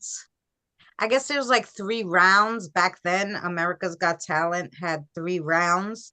So the first round you'd go and you'd sing and you had to be the best out of 10 people, whatever. And then the next one they'd call you back and you'd go sing again. And this would be, okay, you got to pick out of a certain amount of people again. And then you would go get to, I guess, sing in front of the judges. So she only got to the second one. But yeah, but so I don't know how they do it now, Marie, but yeah, that's how they used to do it. But she was young. I guess it was like she was young too. She was like 13, 14. So yeah, I want to tell you my experience because like I went to the one in 2009, I think it was, or something like that. To whenever season 9 was, like I went on that one and I went the first day and I was in Atlanta, Georgia. Like I went from Michigan to Atlanta, Georgia to audition. And the first day I didn't even do it correctly. And then like they let me come back on the next day. So I came back and I not only had like the entire group and then the other groups just like bobbing up and down and going with it. Like I was just getting everybody hyped up. As soon as I hit the main judge for America's Got Talent, like the main producer of it, he's like, "I'm sorry, we do not do rap on this show. Have a good day." Nah. I'm like, See, I was gonna do America's Got Talent, but I felt I was just too old because this was when I was in my early 50s. and it was when America's Got Talent first got started, and as a matter of fact, it was during the time that Fantasia was going in. And the only reason why I didn't do it was because my age. And these kids were young, and I'm like, nah. It was at the time that they came to, I was living in Ohio at the time. They had came to Cleveland to do a show. And you have to audition. And I did the audition. I was living with my friends Jimmy and Marcy, and I did the audition and won. Because I was doing vocals and I was playing keyboard. And it was like, hey, you got to come to the second audition. The second audition was in New York. So I was gonna go, but then I thought about it, and I'm like, man, because when I was at the first one, I seen all these young people there, and I'm in my early 50s, and I'm like, nah, you know what? Never mind. And I vowed out of it. That was as close as I got. I vowed out. And Everyday Treasure said, asked if I do instruments. Yes, I play keyboard, and I also have a talk box. So I make that Zapp and Rogers sound, which if you listen to my intro, Michigan man. if you listen to intros of some of my videos and you hear that talk box, that's what it sounds like. Ohio players, yeah. Ohio players, yes. I know every member of the Ohio players, and I still talk to them today. And the same with the Zapp and Roger. I still talk to them. They missed Zapp and Roger missed being in the Rock and Roll Hall of Fame by 7,400 votes. So I think this year, I hope so. they're Don't gonna think get that's in. stupid. And I used to play with them. And Terry Troutman asked me if I wanted to come up to be part of the band, and I told him no. Oh, see, maybe Eddie. they would have been in the Hall of Fame if you had just, joined them. Eddie, because you got Eddie. 2,000 YouTube members at least to vote. I know, right? But the reason why is because I was a sessions artist. Roger was my cousin. And so my first thing with them was when he did an album called The Saga Continues. I did a few songs on that album, In the Mix, Midnight Hour, Do You Really Want an Answer? No, that's off the first album they did. But the second album, when I worked with them, was a song called Computer Love. And that's when I met Charlie Wilson. And Computer Love wasn't really supposed to be their song. It was actually supposed to be a song for the Gap Band. The reason why the Gap Band didn't use it is because their label was called Total Experience Records. And Roger and us, we were on Warner Brothers. So when the Gap Band heard the song, they said it wasn't going to be a hit. No way it's going to be a hit. This song is nothing. So Roger kept the song and took some of Charlie's voices off. It kept some of it, but took a lot of it off. And then he kept it for himself on the new Zap for You album, and it became a huge hit. And the thing about it was he was talking about computer dating in 1985. That's what the song was, Computer Love.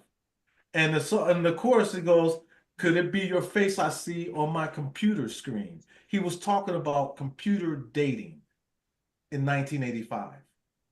Remember, no computer. He was way existed. ahead of his time. And then his most famous song was I Want to Be Your Man, that came out in 1987. That was his biggest hit. And then he worked with Tupac on California Love, where he used the talk box. California Love, and then he did the song How Do You Want It with Tupac, Thug Passion, America's Most Wanted. He did all four of those songs on Tupac's All Eyes on Me album. And he became big again. And then what happened was he died April 29th or 25th of 1999, murder-suicide. His brother killed him. And a lot of people never knew what the story was about. And what it was that he was getting ready to branch off on his own. because Benny Medina, the guy that owned, he didn't own, he was one of the partners of Warner Brothers. He wanted to take Roger in because Roger was starting to become popular all of a sudden. All these rappers started gravitating to Roger because of his talk box. And so they like, hey, we can do this, but you got to do this. Roger's brother Larry was the manager, but Roger was losing money because Larry had a lot of debts and had a gambling problem. So Roger was going to go on ahead and do this and let Zap just be Zap, and then he was going to go solo so he can rebuild their money back up. But he told Larry he could not use him as a manager. So they went to talk. They talked inside the car. When Roger was getting out of the car, Larry pulled out a 357, shot him twice in the back, and then when Roger tried to run to his studio, and he turned around and shot him once in the chest. Roger lived for 12 hours, and he knew that he was not going to make it. So he always started dividing things. And the funny thing, the messed up thing is, though, when Roger passed away, he got hardly any recognition from anybody, with an exception of Dr. Dre, Snoop Dogg, Ice Cube, Kid Frost, a lot of these other artists was giving him recognition, but he got hardly any recognition. Yeah, he can get anything for what he did. And he was the main reason why hip hop today is where it's at, because of him and his style of music. Yeah. If you put on a Zap record right now that was made in the early 80s, he had a state-of-the-art studio that his stuff was just crystal clear. And the man was phenomenal. And he worked with so many people in the industry. It brings a tear to my eyes sometimes because it hurts, because he's done so much for so many people, never got recognized for it. The last song he ever did, plus the fact he worked with Michael Jackson, he did the music score, The Smooth Criminal, that he never got credit for, and then Dirty Diana and Bad. Those three songs that he worked with Michael on. If you go on Michael's Bad album, you'll see his name on the credits, Roger Troutman. Because Michael was intrigued by his sound and wanted to know who is that? Oh, the song Speed Demon. But Roger actually used his own human voice on that song and not the talk box. But yeah, I'm sorry. Every time I think about Roger and what he went through, it's sad that he, just the music industry is cruel. And I tell people this, it's cruel. This is why Prince put the word slave on the side of his face, because he was part of Warner Brothers. Roger and Prince used to travel together when Prince first came on the scene. And after a while, though, Prince started feeling like he was getting played.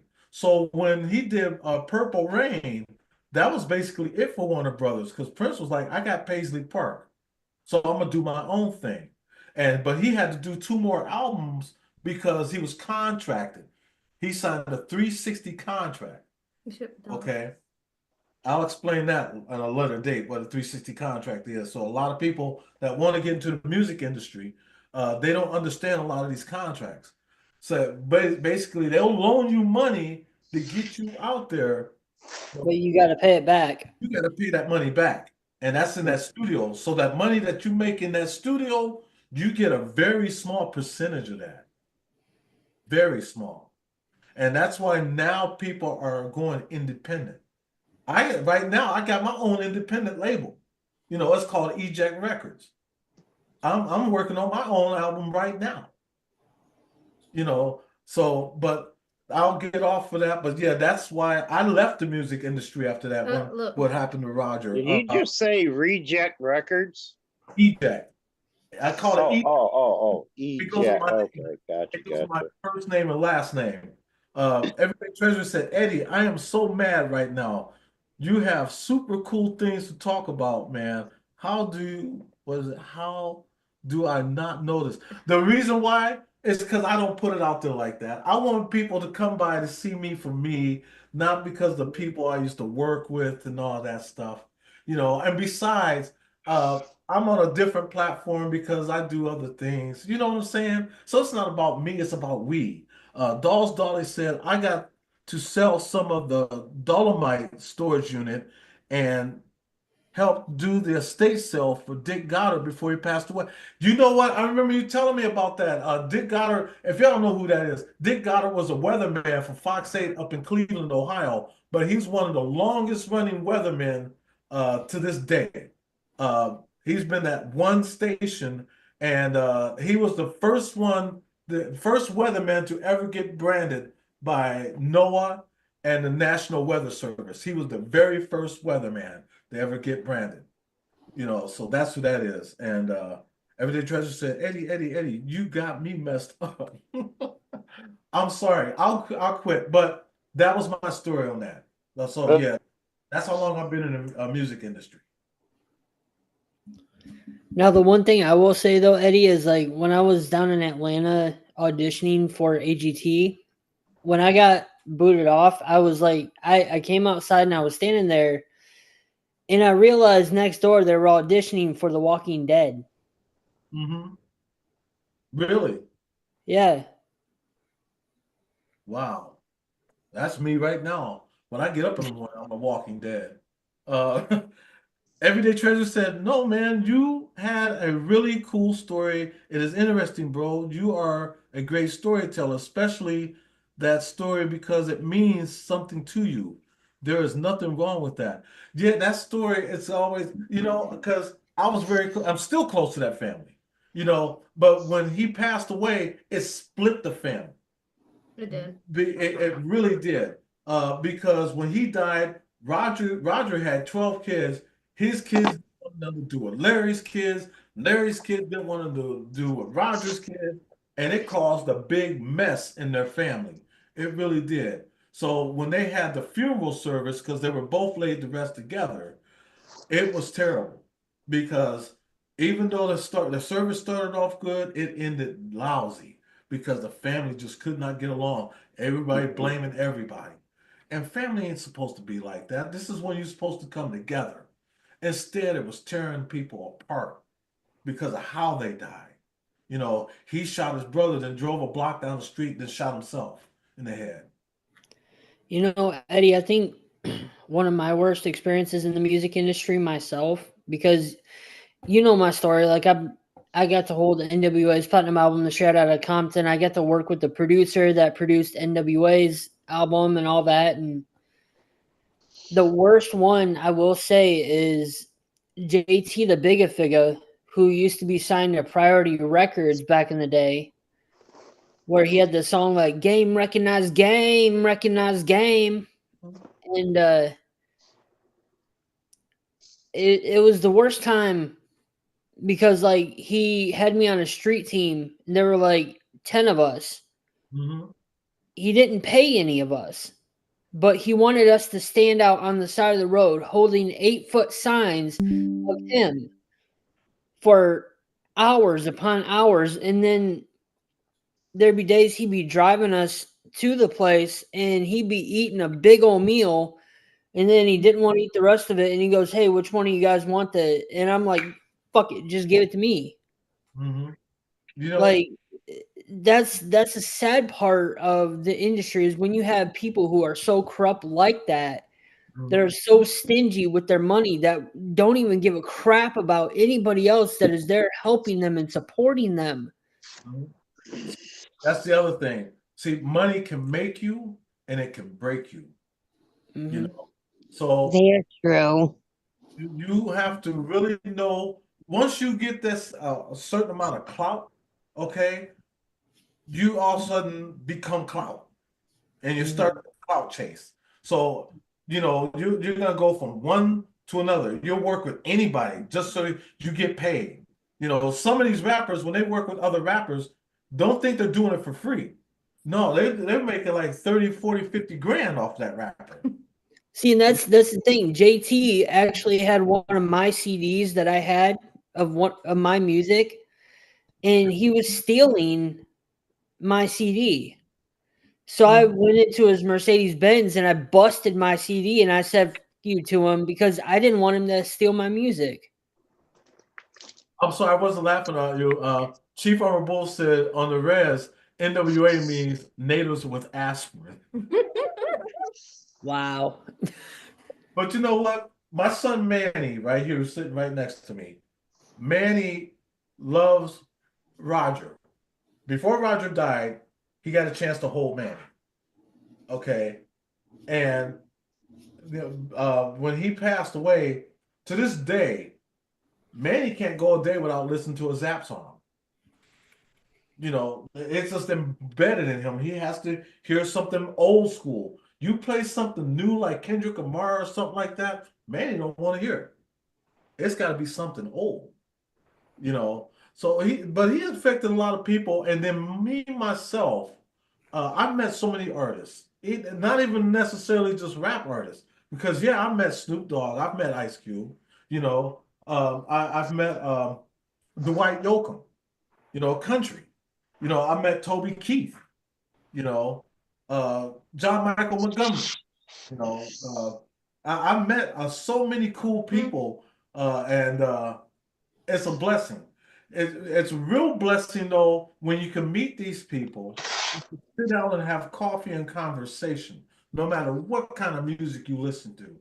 It doesn't make you a lesser person, you know. Now see I that time that I was working for JT, he had signed the van over to one of the guys on the street team. And so we dropped JT off at his mansion and we're driving back, and then the car breaks down, and it breaks down in front of this little mansion thing. And none of the guys even knew how to change a tire, didn't even know where the extra tire was. They didn't know anything. Mm-hmm. So they were just going to sit there in the van and not do anything. So I walked up to his house that had a bunch of people in it. And I was like, you know what? If I get shot, I get shot. If I get beat up, I don't care. I'm going there. I'm asking for help. So I knocked on the door, and this dude opened the door, and I kind of paused for a second because I recognized who he was. And then after him and his boys came out and helped us change the tire, the dude actually gave me like a hug, and he goes, "Yo, you did something that nobody else could." And you know who that dude was? Who? Ludacris. Oh, Luda.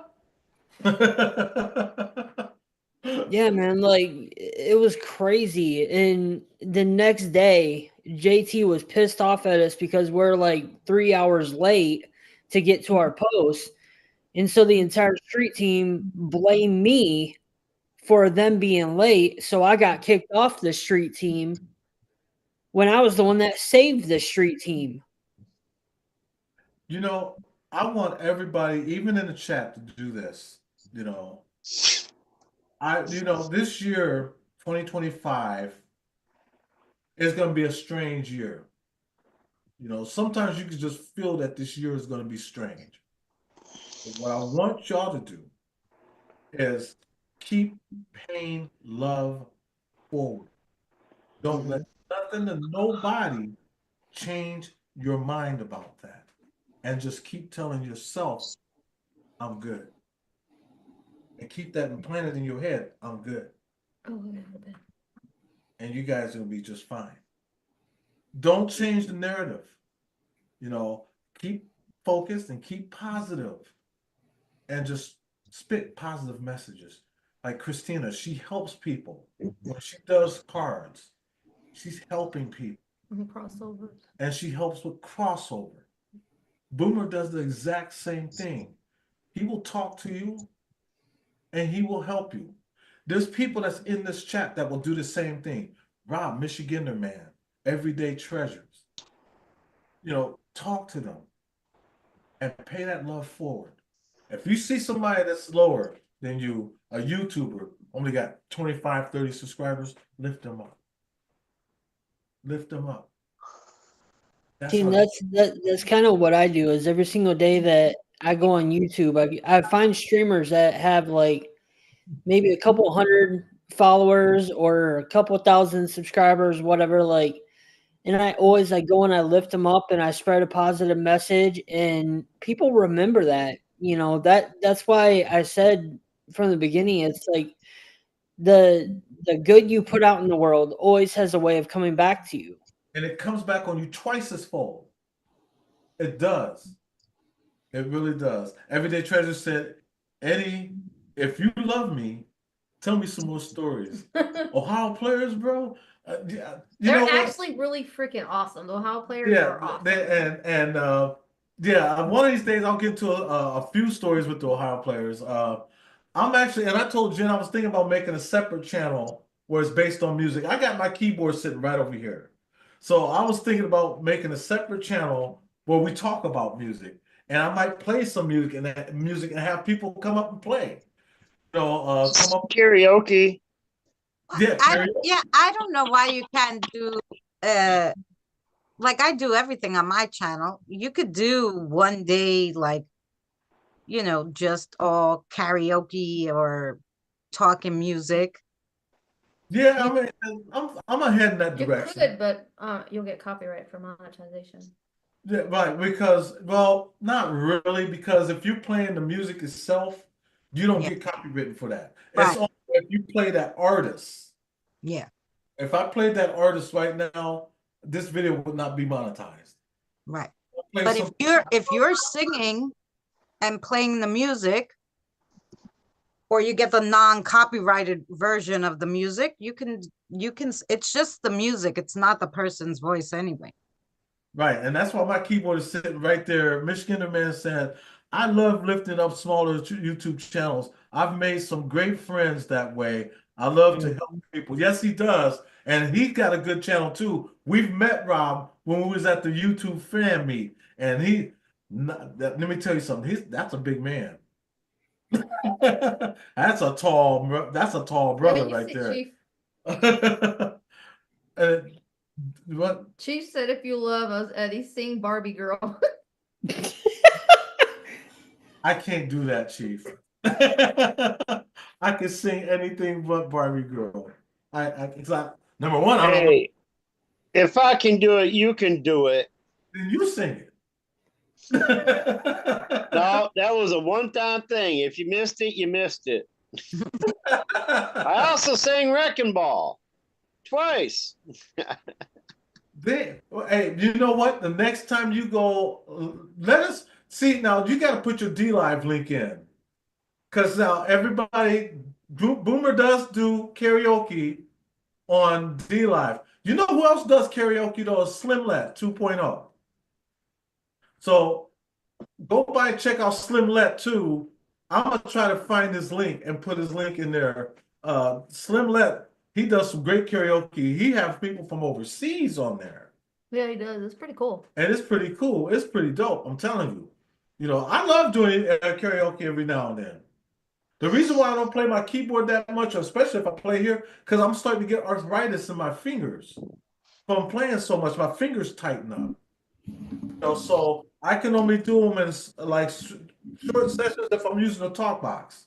You know what else tightens up? My booty hole when Eddie tries to sing Barbie Girl. Ooh.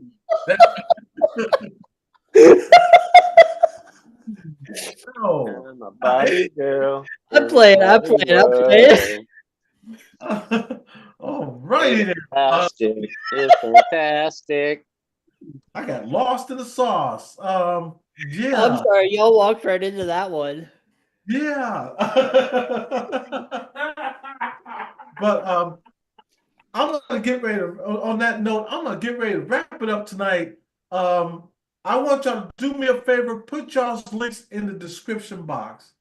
Because I want, well, not description box, but in the comments. Chat. Put your links in the chat. That's right. Yeah, because I want everybody to come by check you out. And Boomer, put your D Live in also, so that we'll know when you go on karaoke. And every now and then when Boomer does karaoke, I show up and I do sing. So yeah. And then Everyday Treasures. You should come by Boomer's too, especially when he does D Live karaoke, and show your stuff off. Yeah, You know, I was just ragging on you. I won't be able to do it until I get a new desk chair, but Yeah, oh, it's all good. I had to cancel tonight's because I have no way of sitting at the computer, so Unless you're standing. gotta find my Don't trophy. worry. I mean, you didn't do nothing wrong. Because it's time for Manny is sitting right here, and Oh, he's been sitting here for the longest. And this usually he's in bed at this time, but the How do reason I? because of us.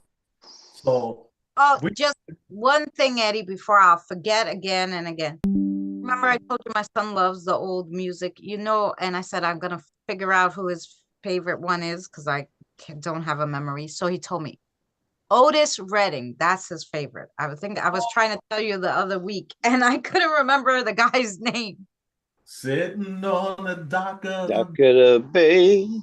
watching the time float away. Yeah, now my son's 19, and that's all the type of music he listens to. That time era, but that's his favorite one. Yeah, that's a How the good. hell do I get my link from DLive on my phone?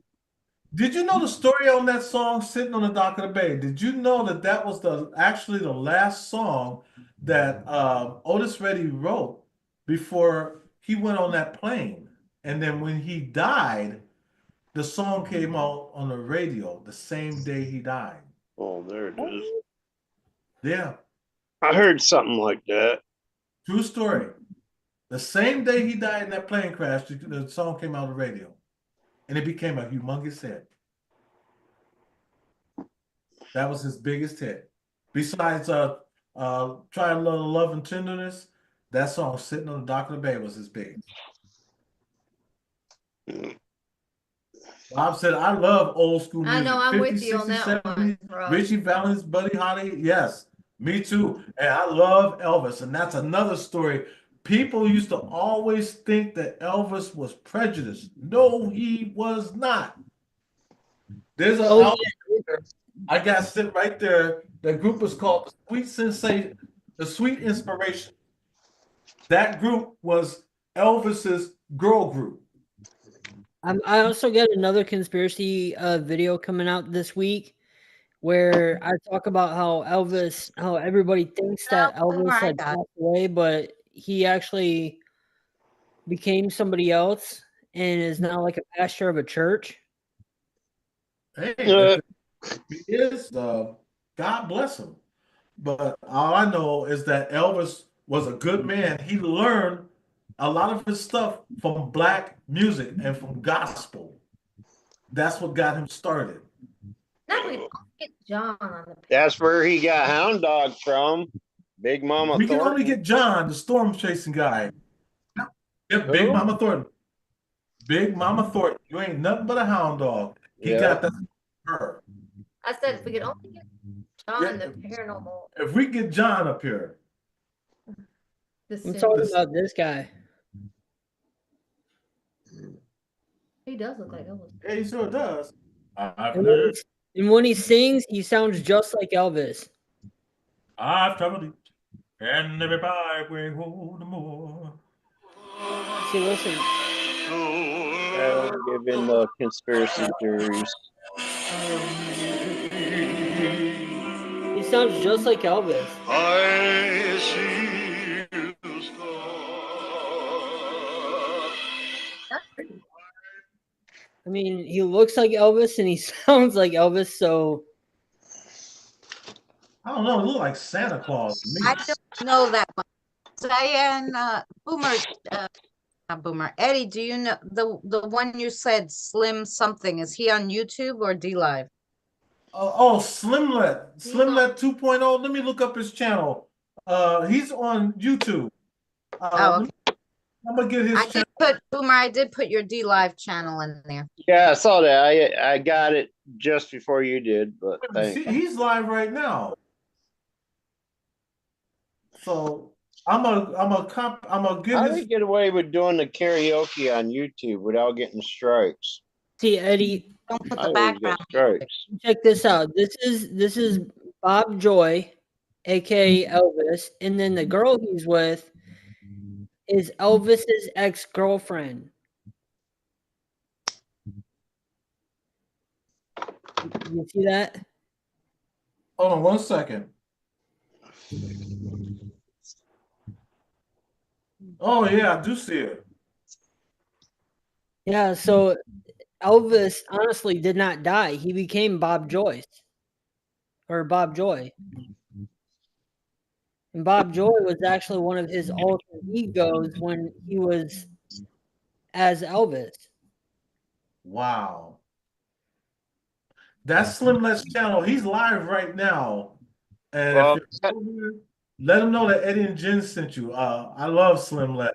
We met him too at the YouTube fan meet. if that's true, that makes a lot of friggin' psychic mediums liars.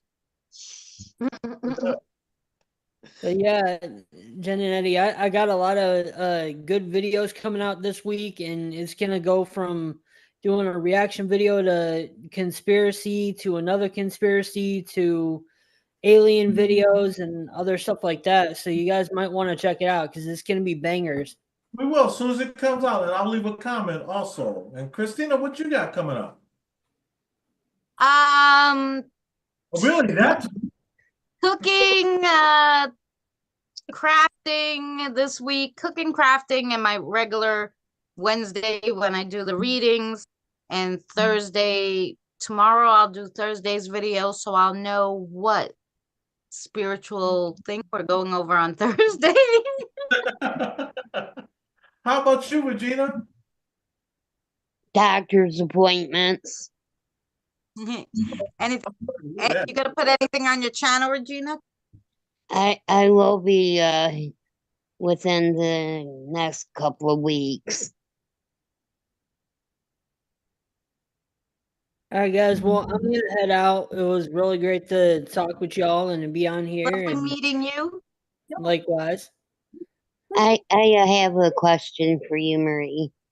Yes, Where did you live in Michigan at? If you don't mind me asking. Bronson, Coldwater, Kalamazoo, Battle Creek, Grand Rapids, Detroit, Wyandotte. Pretty much all over the globe. Have you lived in Ann Arbor and Ypsilanti? No, but I've been through there. I've been to Flint. I was born and raised in Ypsilanti, but now I live in Novi. Okay. It'll be a year next month. I stay away from Michigan because I got a crazy stalker that lives out there, goes by the name of Rob.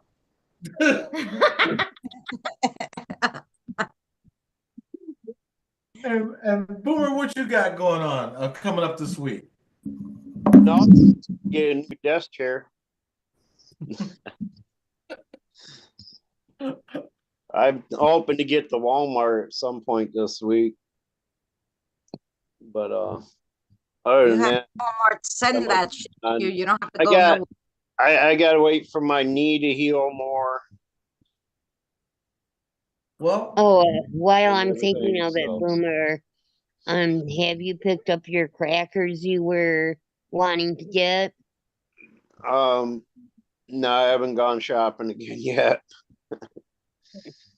Yeah. On that note, I want to thank everybody that's here. Michigander Man, Chief Armor Bull, Dawes Dolly, Adventures with Beth, Diane G. Let's see who else is still possibly here. Everyday Treasures. Thank you so much for coming in. Chief Armor Bull, if I missed anybody, I did not mean to. I apologize. I really do appreciate you all for stopping by. Next week, we'll have another guest up.